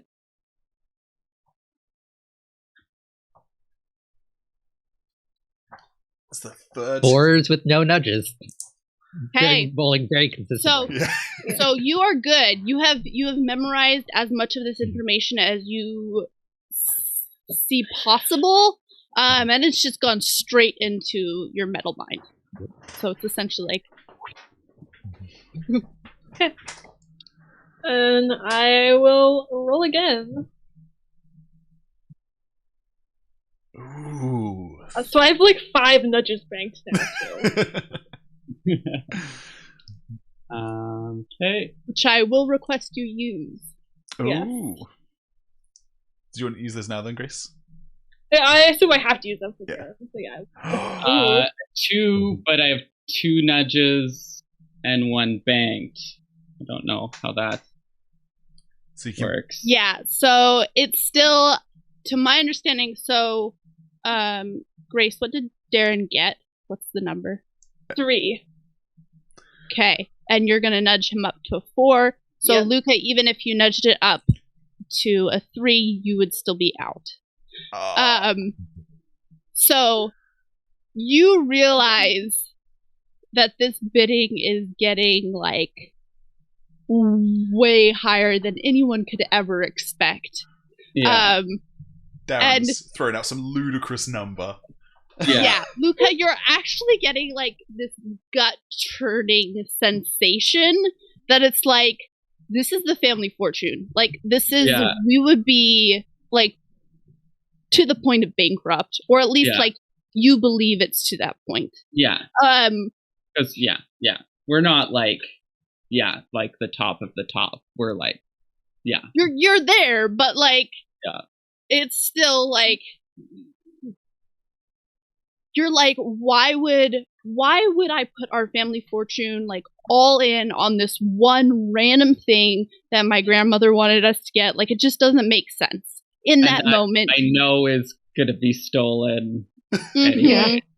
Yeah, so it like completely, you know, you're just like, no, back out. And the auctioneer is but at like, least you have a good story to tell your grandmother on why you got outbid. Yeah. Yes. There was a good reason.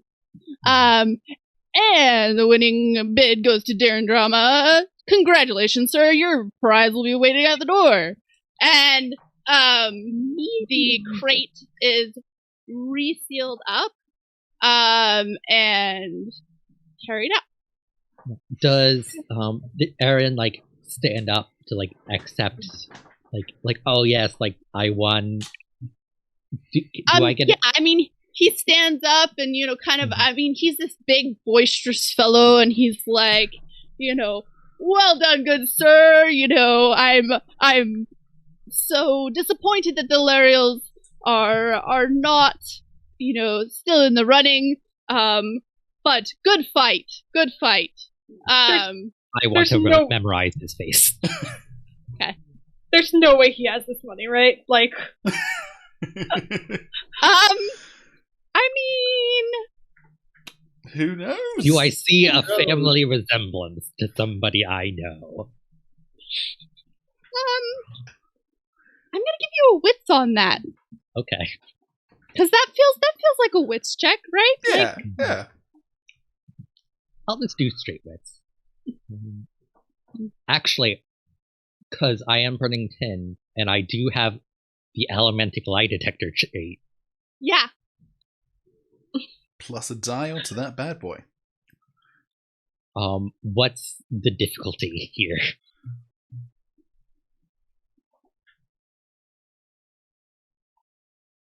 I'm at 2.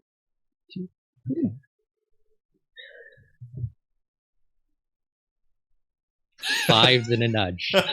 Hey, so as this guy stands up, something just clicks for you, and you're like, oh, this is Marelyn's father. Yes. She called it. And you're just like, there's no way he has that money. There's no way he's gonna make good on this. He's definitely stealing this thing at some point. So that means he's the perfect patsy.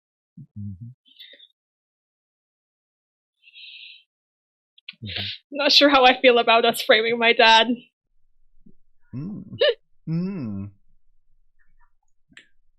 Okay, so the crate is carried out. I believe that this is the time for Dervish to be taking his smoke break. Yeah, so I'm going to try and time it. So I walk past. Oh, sorry, Matt, you go. Sorry, I just did the other thing, the unsealed metal mines. Are those to come, or would that have come up before the? That would have come up before, and I'm going to say that you did win those. That's kind of like, yeah, that was kind of easy peasy. The only other person there were two other people that were up against bidding on you, and that was a Hasting and a Terraceman. Okay, yeah. So the crate is taken out. Dervish excuses himself from the kitchen, having heard, the clamor kind of die down. I'm going to have you roll me a spirits roll. Yeah. At 1. How many spirits do I have? I have 4 spirits. Let's go. And I got a 4. Okay. So you come out pretty much, just as this crate has been, swung out of the door, and her back is to you. But from the bald head and the scars that just, riddle it, you see your sister. And it is so lucky that her back is to you.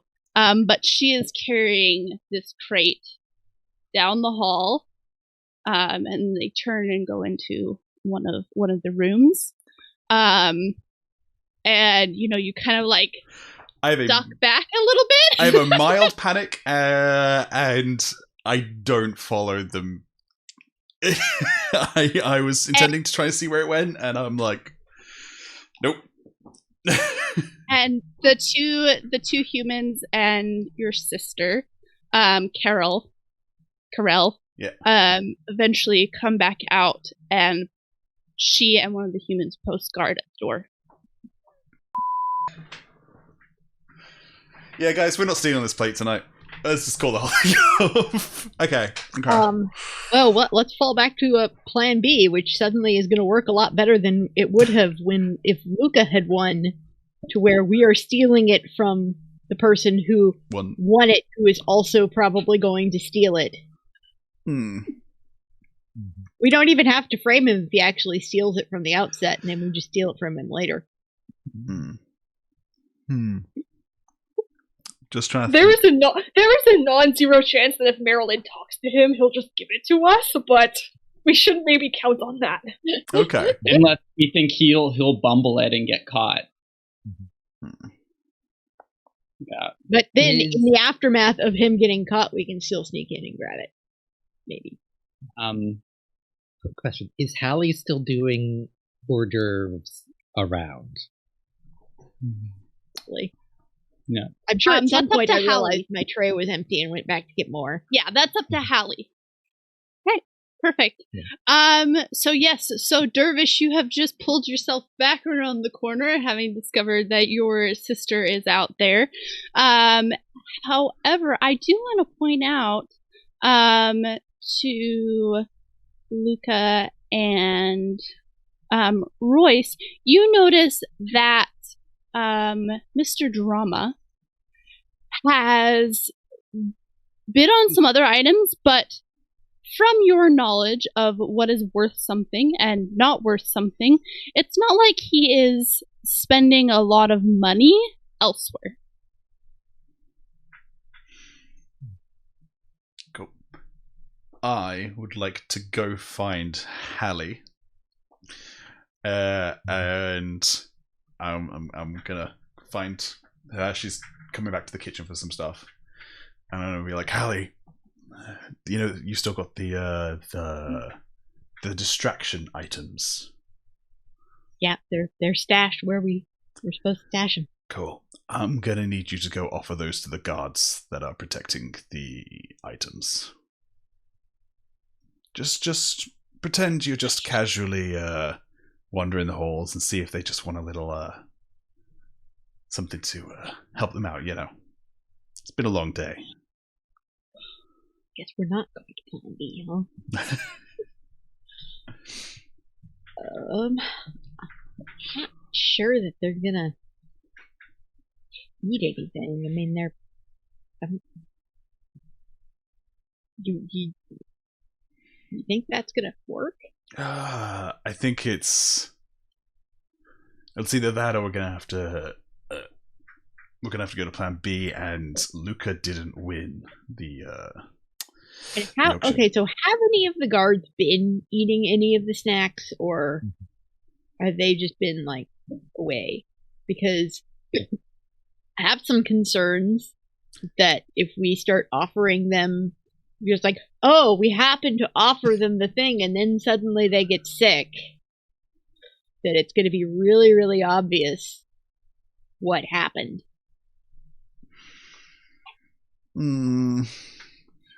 Yeah, so the guards on the outside obviously haven't been partaking, but when a servant passes by in kind of the main hall, every once in a while there's one that is a particularly large woman, and she's been just snagging something every once in a while. No, okay.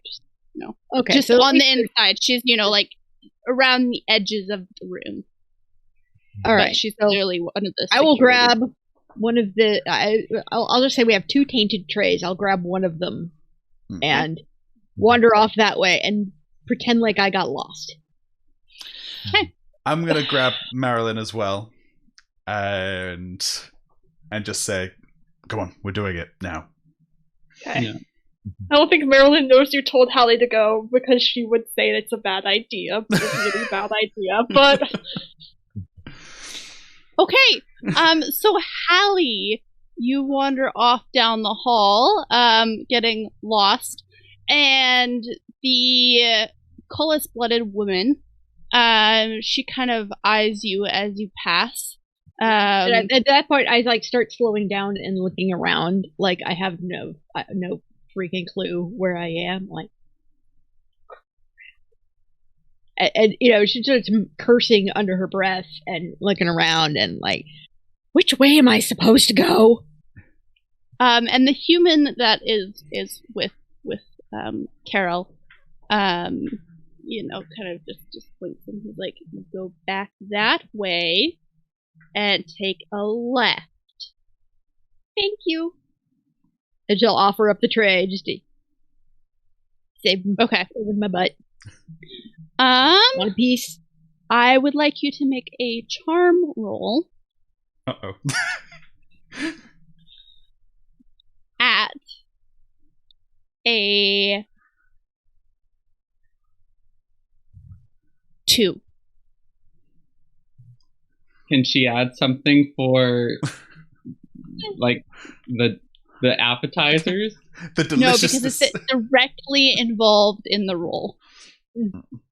Yeah, I don't think there's anything I can add to this. Mm-hmm.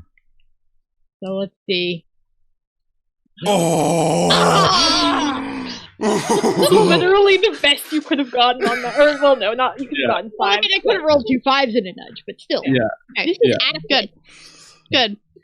Yeah, so both of them, kind of just, take a piece, and it's obvious that Carol is taking a appetizer, mostly just so you will leave. But yeah, they both take one out of there, pop it in their mouths, and they're at least. You come out to the floor and start handing them out. Sure. Okay. And then Marelyn would have been handing them out too.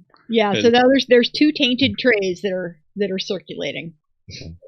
I was hoping Marelyn would help me with the box, just because it sounded like it he took. Oh, sorry. Yeah. Well, we can always just hand off the other tainted tray to a random server. They have no idea. That's a good idea.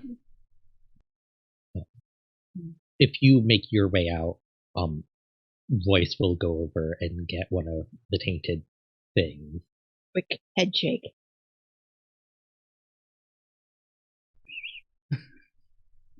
I need to convey information, so he's still going. like very like mutter under your breath, like. Yeah, she's just gonna mutter very quietly. Don't eat that. Like I know what it is. Like he'll just give you a look of like I know exactly what this is. Okay. And she's just yeah, like out of character. I've been setting this all night. But he will like mutter under his breath. Is like Marelyn's Marelyn's father just won the auction, and then he'll go back to his seat with the canapé, whatever it is. Okay. And he will hold it for now. And Marelyn, are you out circulating the other tray? Is that what we just decided?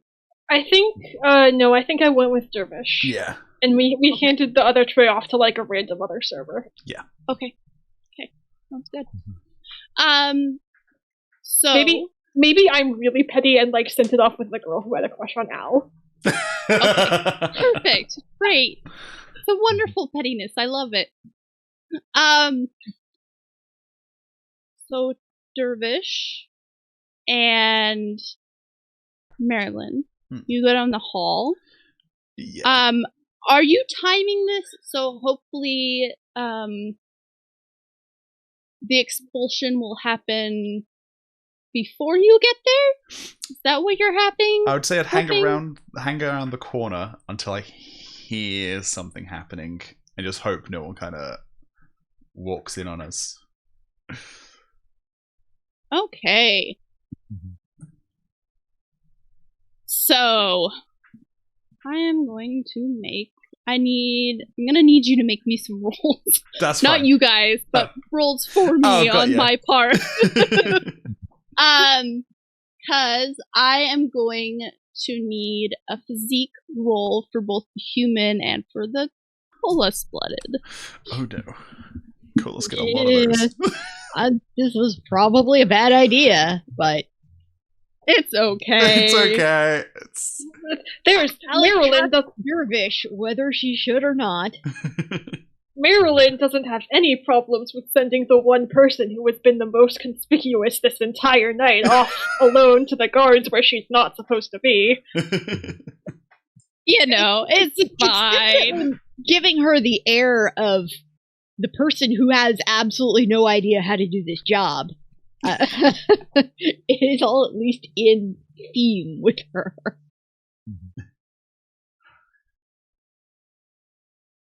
So who's gonna do the two rolls? I can do. I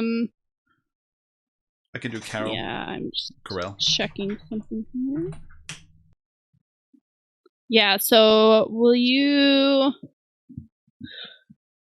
checking what a colas-blooded typical what we're typically up against here? Probably something high, and then because colas-blooded, they get +2 additional dice. Oh, so anything that involves lifting or moving objects, it's okay. So they don't get it on every strength roll. Hey.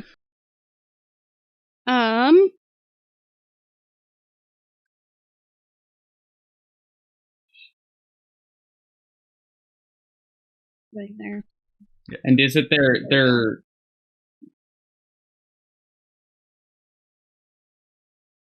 wrong book?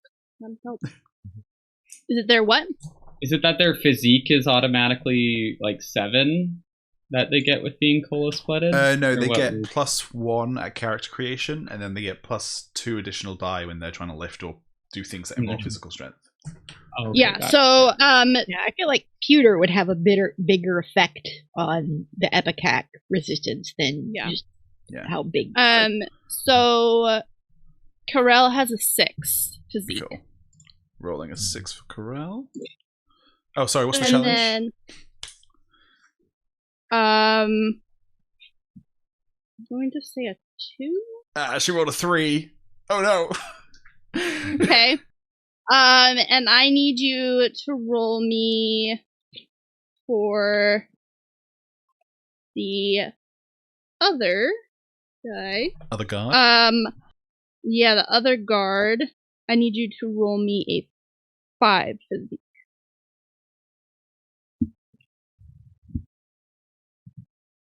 Oh, he rolled a 5. Oh no. Yeah, so as of right now, they're both doing okay. So people in the main hall, you kind of hear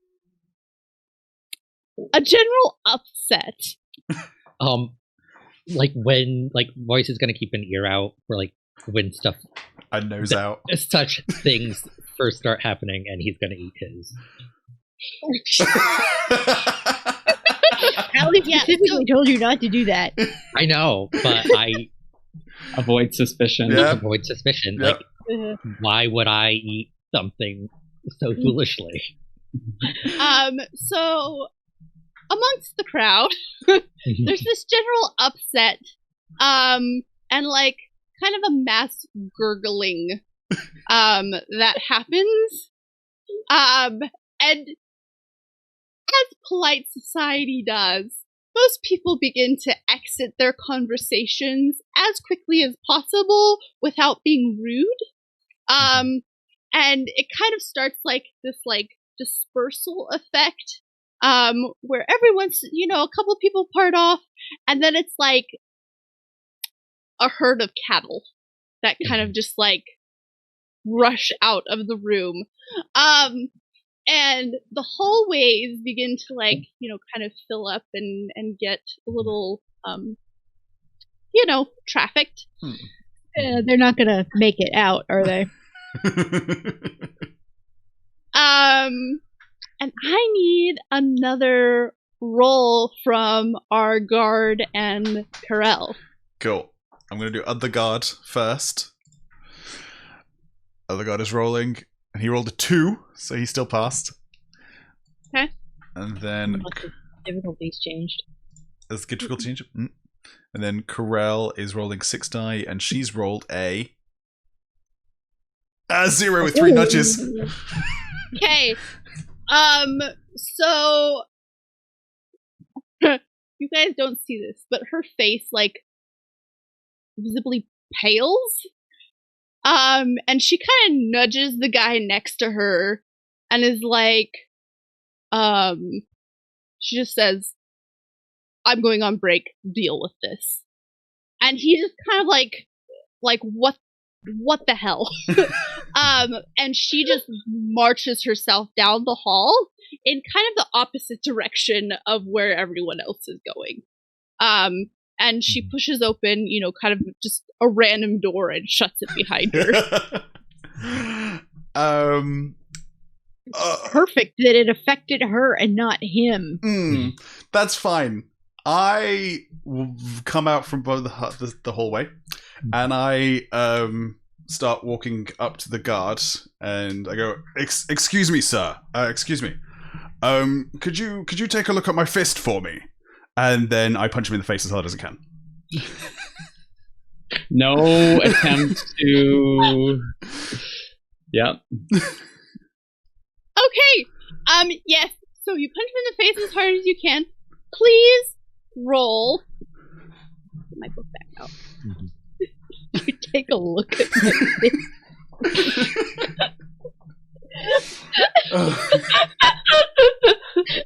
By the way, I have a physique of 2. There's no way in hell I am passing whatever check I have to pass.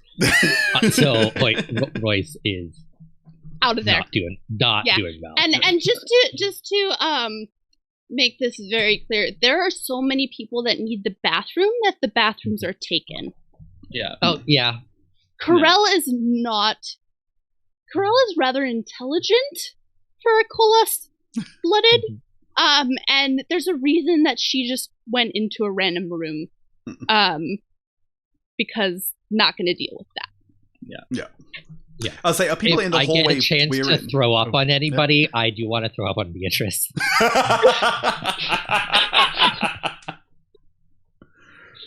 Can I roll luck to see if I get a chance to? Yeah, I'll allow you to roll spirits. That's gonna be like a 3 because that is a rather unique circumstance. But absolutely, I'm happy for you to dash in that flavor. Okay. I love how petty all of us are. Hey, that's Threes. a 3. Okay, perfect. Yeah, so Beatrice rushes by, like, carrying her skirt up. And somehow she's still, like, kind of, hopping like a squirrel, but it's like this much more frantic, like, little, like, twitch hop. Yeah. Quick. I also have 4 nudges. How many do I have to spend to do it without her noticing it was me? 3? Okay. I spend those. So well spent. So Well you spent, just well spent. like a torrent of everything that you have consumed in the past 24 hours, all down the back of this ball gown. Chunks of shrimp. Yeah. We'll just leave it at that. It does not smell nice because it's shrimp. No. Okay. And Don't blame Dervish. this on some bad shrimp. Yeah. Dervish. We told you to keep it on ice. The man that you punch. I'm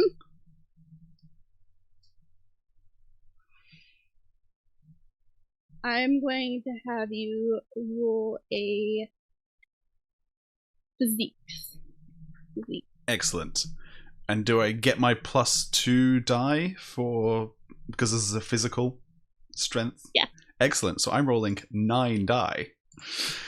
Very good. What's the difficulty? I'm trying to knock him out, basically. Okay, so technically this is going against his health, right? So it's technically, I believe, multiple rounds. Okay. And the way I'm going to do this is I'm just going to have whatever you get that is going to be damage. So long as you are succeeding, you are hitting him, and anything that you're doing above a 1, you're doing in damage. Okay. But he will do the same to you. Oh, okay. I was hoping this would be a swift one. That's a 4 with 2 nudges. Very good. So that is 4. I'm going to tell you up front that you have, he was not expecting that. And you've kind of, dazed and disoriented him. If you want to use a nudge towards this, you can give him a condition. Okay. That he is. Is there a condition that, I was trying to knock him out. Is there a condition where I kind of, because for my next action, I want to push him into the rooms that were out of the hallway. Okay. Yeah. So we could do condition unsteady. Yep. So that, yeah, next action, essentially if you hit, he will go through that doorway. Awesome. Cool. Yeah. Okay. And then he is going to take a slug at you back. Rosemary, will you do these rolls for me? I'm going to have you roll on his behalf. A 6 physique. Okay. And there a difficulty or just No, just roll it straight.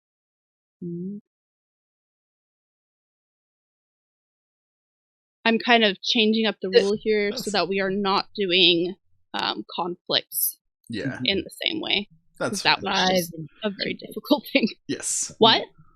You got 5 and 2 nudges. Okay, so so you take 5 to your health there, Dervish. Oh my god, I'm already at half health. And you're realizing just from the impact of this punch.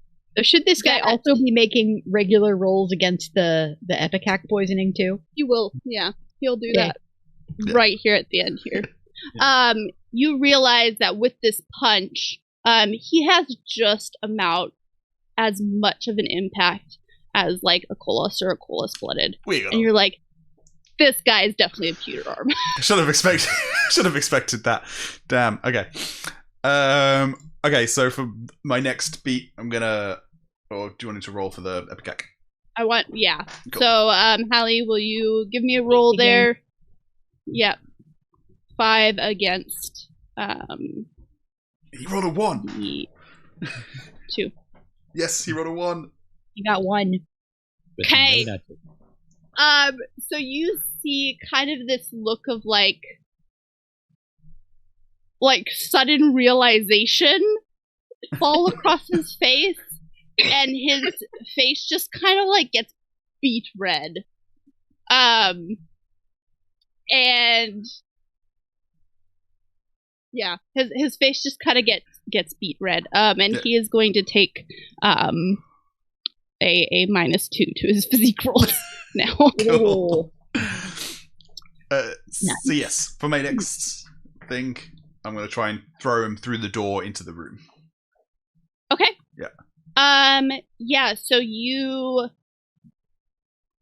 toss him. Well, you don't toss him yet, but punch. Yeah. So I'm rolling. Mm-hmm. That is a 3 with 2 nudges. Okay, so perfect. So he looks like he is completely out of it. Like he's just like, on that last kind of like teeter-totter edge, and you can tell he's like so close to going down, and he stumbles back.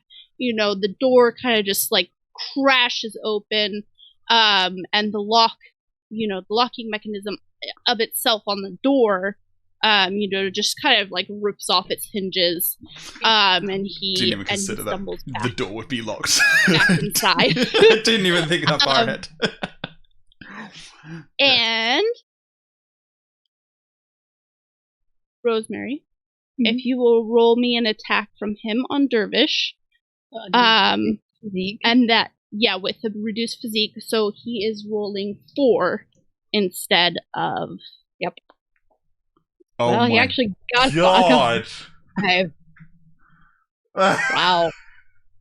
Guys, this Okay. Oh no. This is a disaster. Did you just go down? I just went down. I only have 10. Okay.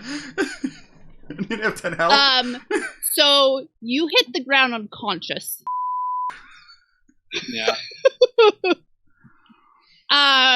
And Marelyn, you see this as like Dervish just falls back out of the doorway, kind of like hitting the ground, and like kind of does that slunk.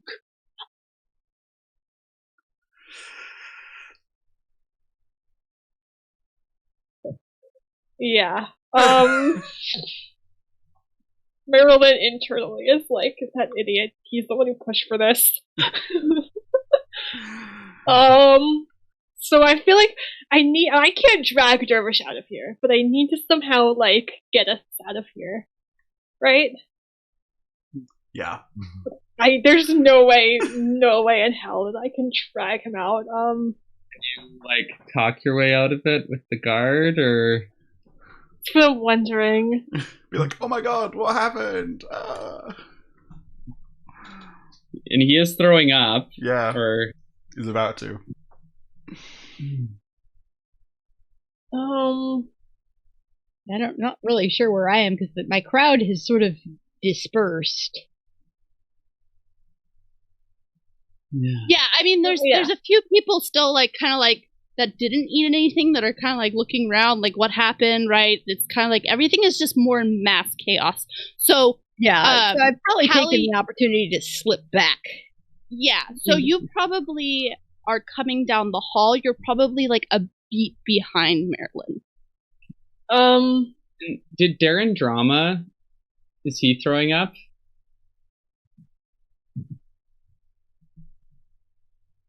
Something really quick.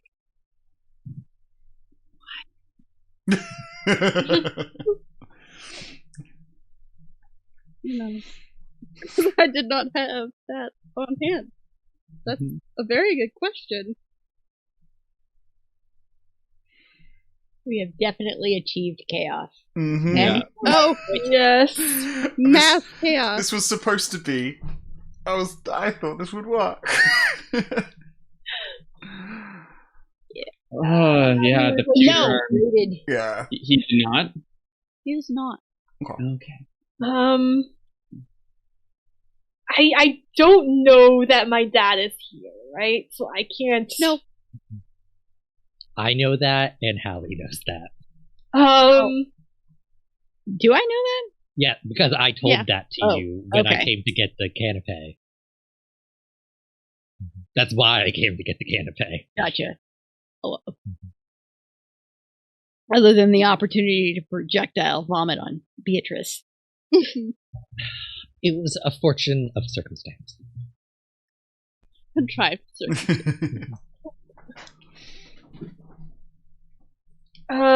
So I guess I am thinking maybe I can't see the human guard yet. Can I? Is he still in the room? I just saw like Dervish fall out. You just saw Dervish fall out. So you don't know what's going on with the human guard.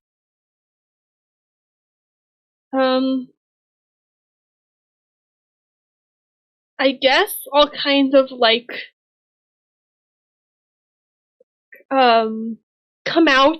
I want to pretend to be sick or like feel like I'm ill, and I'm going to kind of stumble out and like see Dervish on the ground and kind of be like, yeah, that's kind of what I'm gonna do so far. So yeah, I want to pretend to be ill. I'm thinking I like. You get that opportunity. I'm just going to give it to you because the guard is so distracted, one, by the fact that, he's about to be, out of both ends.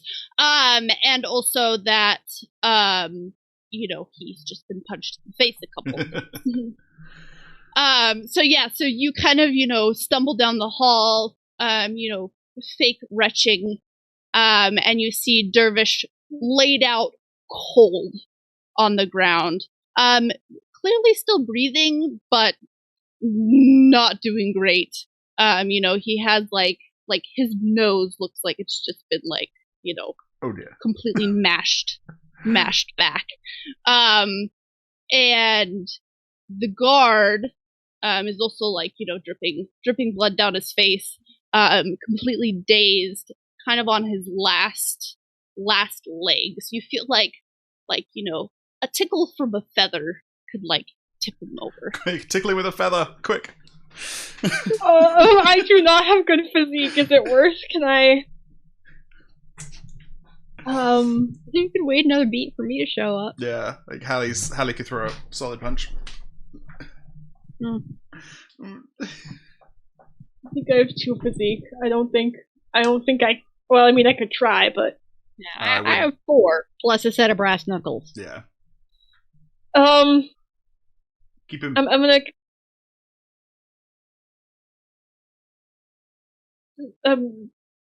Do you need me to report this? And he's just kind of like, he puts a hand against the wall, like trying to steady himself. And Hallie, that's about when you're arriving, coming up. You can see Marelyn kind of like standing over Dervish, doing her fake retching. Oh. What in Harmony's left testicle is going on here? Even though he doesn't have any. I caught that. She's got some colorful flames. What? I knew this was...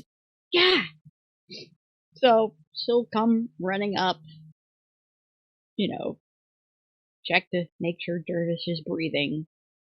Look at the guard. How's the guard doing? The guard is starting to steady himself.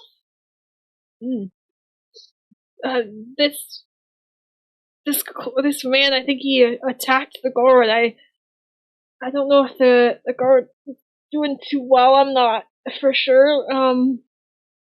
Came down here to look for some privacy. Yeah, and Rosemary, will you give me another roll physique for the guard at his 4? Or no, at 3. Oh, well, okay. I'm gonna have to re-roll that then. So, wait. So she just rolled 4 dice and got a result of 3. Yeah, okay. which, Roll I mean, 3. either way, it's either a 3 or nothing. Well, we'll take the nothing. He turns. I mean, because that's what it should be. He turns and starts just like retching. Off into like one of the corners of the room. Like off to the side of the door that he's like braced himself on. Obviously, the Ipecac has fully kicked in. Hallie's like, well, we could knock him out. He would probably choke to death in his own vomit. And we can make sure that doesn't happen, probably. Meanwhile, Dervish, will you give me a physique roll for Corel? Oh no, okay. Oh gosh. with her 6? Yeah. Challenge 2 or 3. We are going to do. We'll do a 4. Does she take a penalty now though, because she's been sick? So the challenge is to get over it, so I'm putting it up to a 4, right? Rather than a 2, to 4. Rolling. There's a buttload of 3s and 1 nudge. Yeah. Yeah. So she's still occupied for the moment. Thank God. Yeah. So what are you doing with guard number 1? Mayor, wake him up. She points at Dervish. She looks at the guard, dies, pulls out her brass knuckles, and just like kind of does a little pat punch on the back of his head. Okay. It's that spot that really, you hit that spot, you can knock someone out really easily. Roll it for me. Just physique plus your prop and for the brass knuckles. Yeah. And I got a 1. That's perfect. That's all you needed. You just needed to actually hit him. Kind of folded a little bit because you're just like, I don't want to kill him, but yeah, and he just like, and like just like that last little cut on a tree, and he just topples over, and crashes to the ground. Yeah, now that he's out, Marelyn will drop the sick act, and I guess she'll try to wake Dervish up, but I don't know how necessarily. That's gonna work. Yeah. Yeah. So I believe that takes a long or a short beat. Okay. Yeah, I believe that takes a short beat. You can run and grab like a champagne flute and then splash it on his face. What I would suggest, because you are not going to be able to wake him up, you're going to have to drag him just in the door and shut it. Yeah, okay. But Luka, because you are not throwing up or otherwise distracted, I would like you to roll me a spirits roll of 2. Do I get any bonuses? No. Okay. Oh wait, do you have is it you that has the genealogical? Yes. Okay, you can add that. Okay. So that brings me from a 2 to a 3. Okay. Perfect. Either way, you would have succeeded. No, sorry. No, I get 3 dice. I haven't rolled yet. Okay. And sir, what's the challenge? 2. 2. Okay. So let's so I get 3 dice. Oh, nope, nothing. Okay, great. Natasha, you're trying so hard happy to have the plot happen. You're trying so hard. It's okay. No, either way, it's happening. Okay. I was hoping maybe to just help you out a little bit, but no. No. Okay. Luka, you realize in that moment that Mr. Drama is gone from the room. Oh. And just about right after you two shut the door, the door opens. Yeah. And Marelyn's father steps inside. And shuts behind him. And I never had a chance to actually tell her, so this is the first time. Mm-hmm. And he seems just as shocked to see Marelyn as she does to see him. Hallie kind of looks back and forth between them, recognizes the shock on their face, and says, "Oh, by the way, Marelyn, said that your dad's around."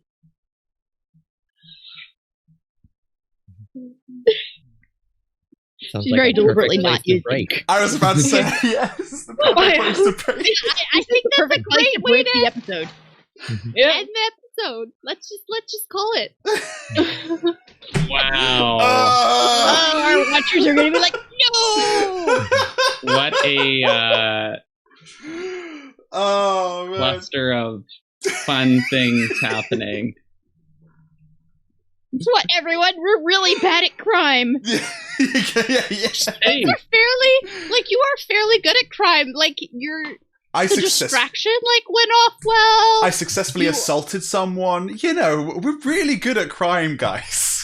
Yeah. Technically, I'm the one who finished the guard. Marelyn is kind of upset with Dervish right now. She's like, yes, of course, the guy who, well, I guess she wouldn't have told you this, but the guy who's known for hiring allomancers totally would have just hired a normal human to stand guard. And Dervish avoided this potential impact with his sister.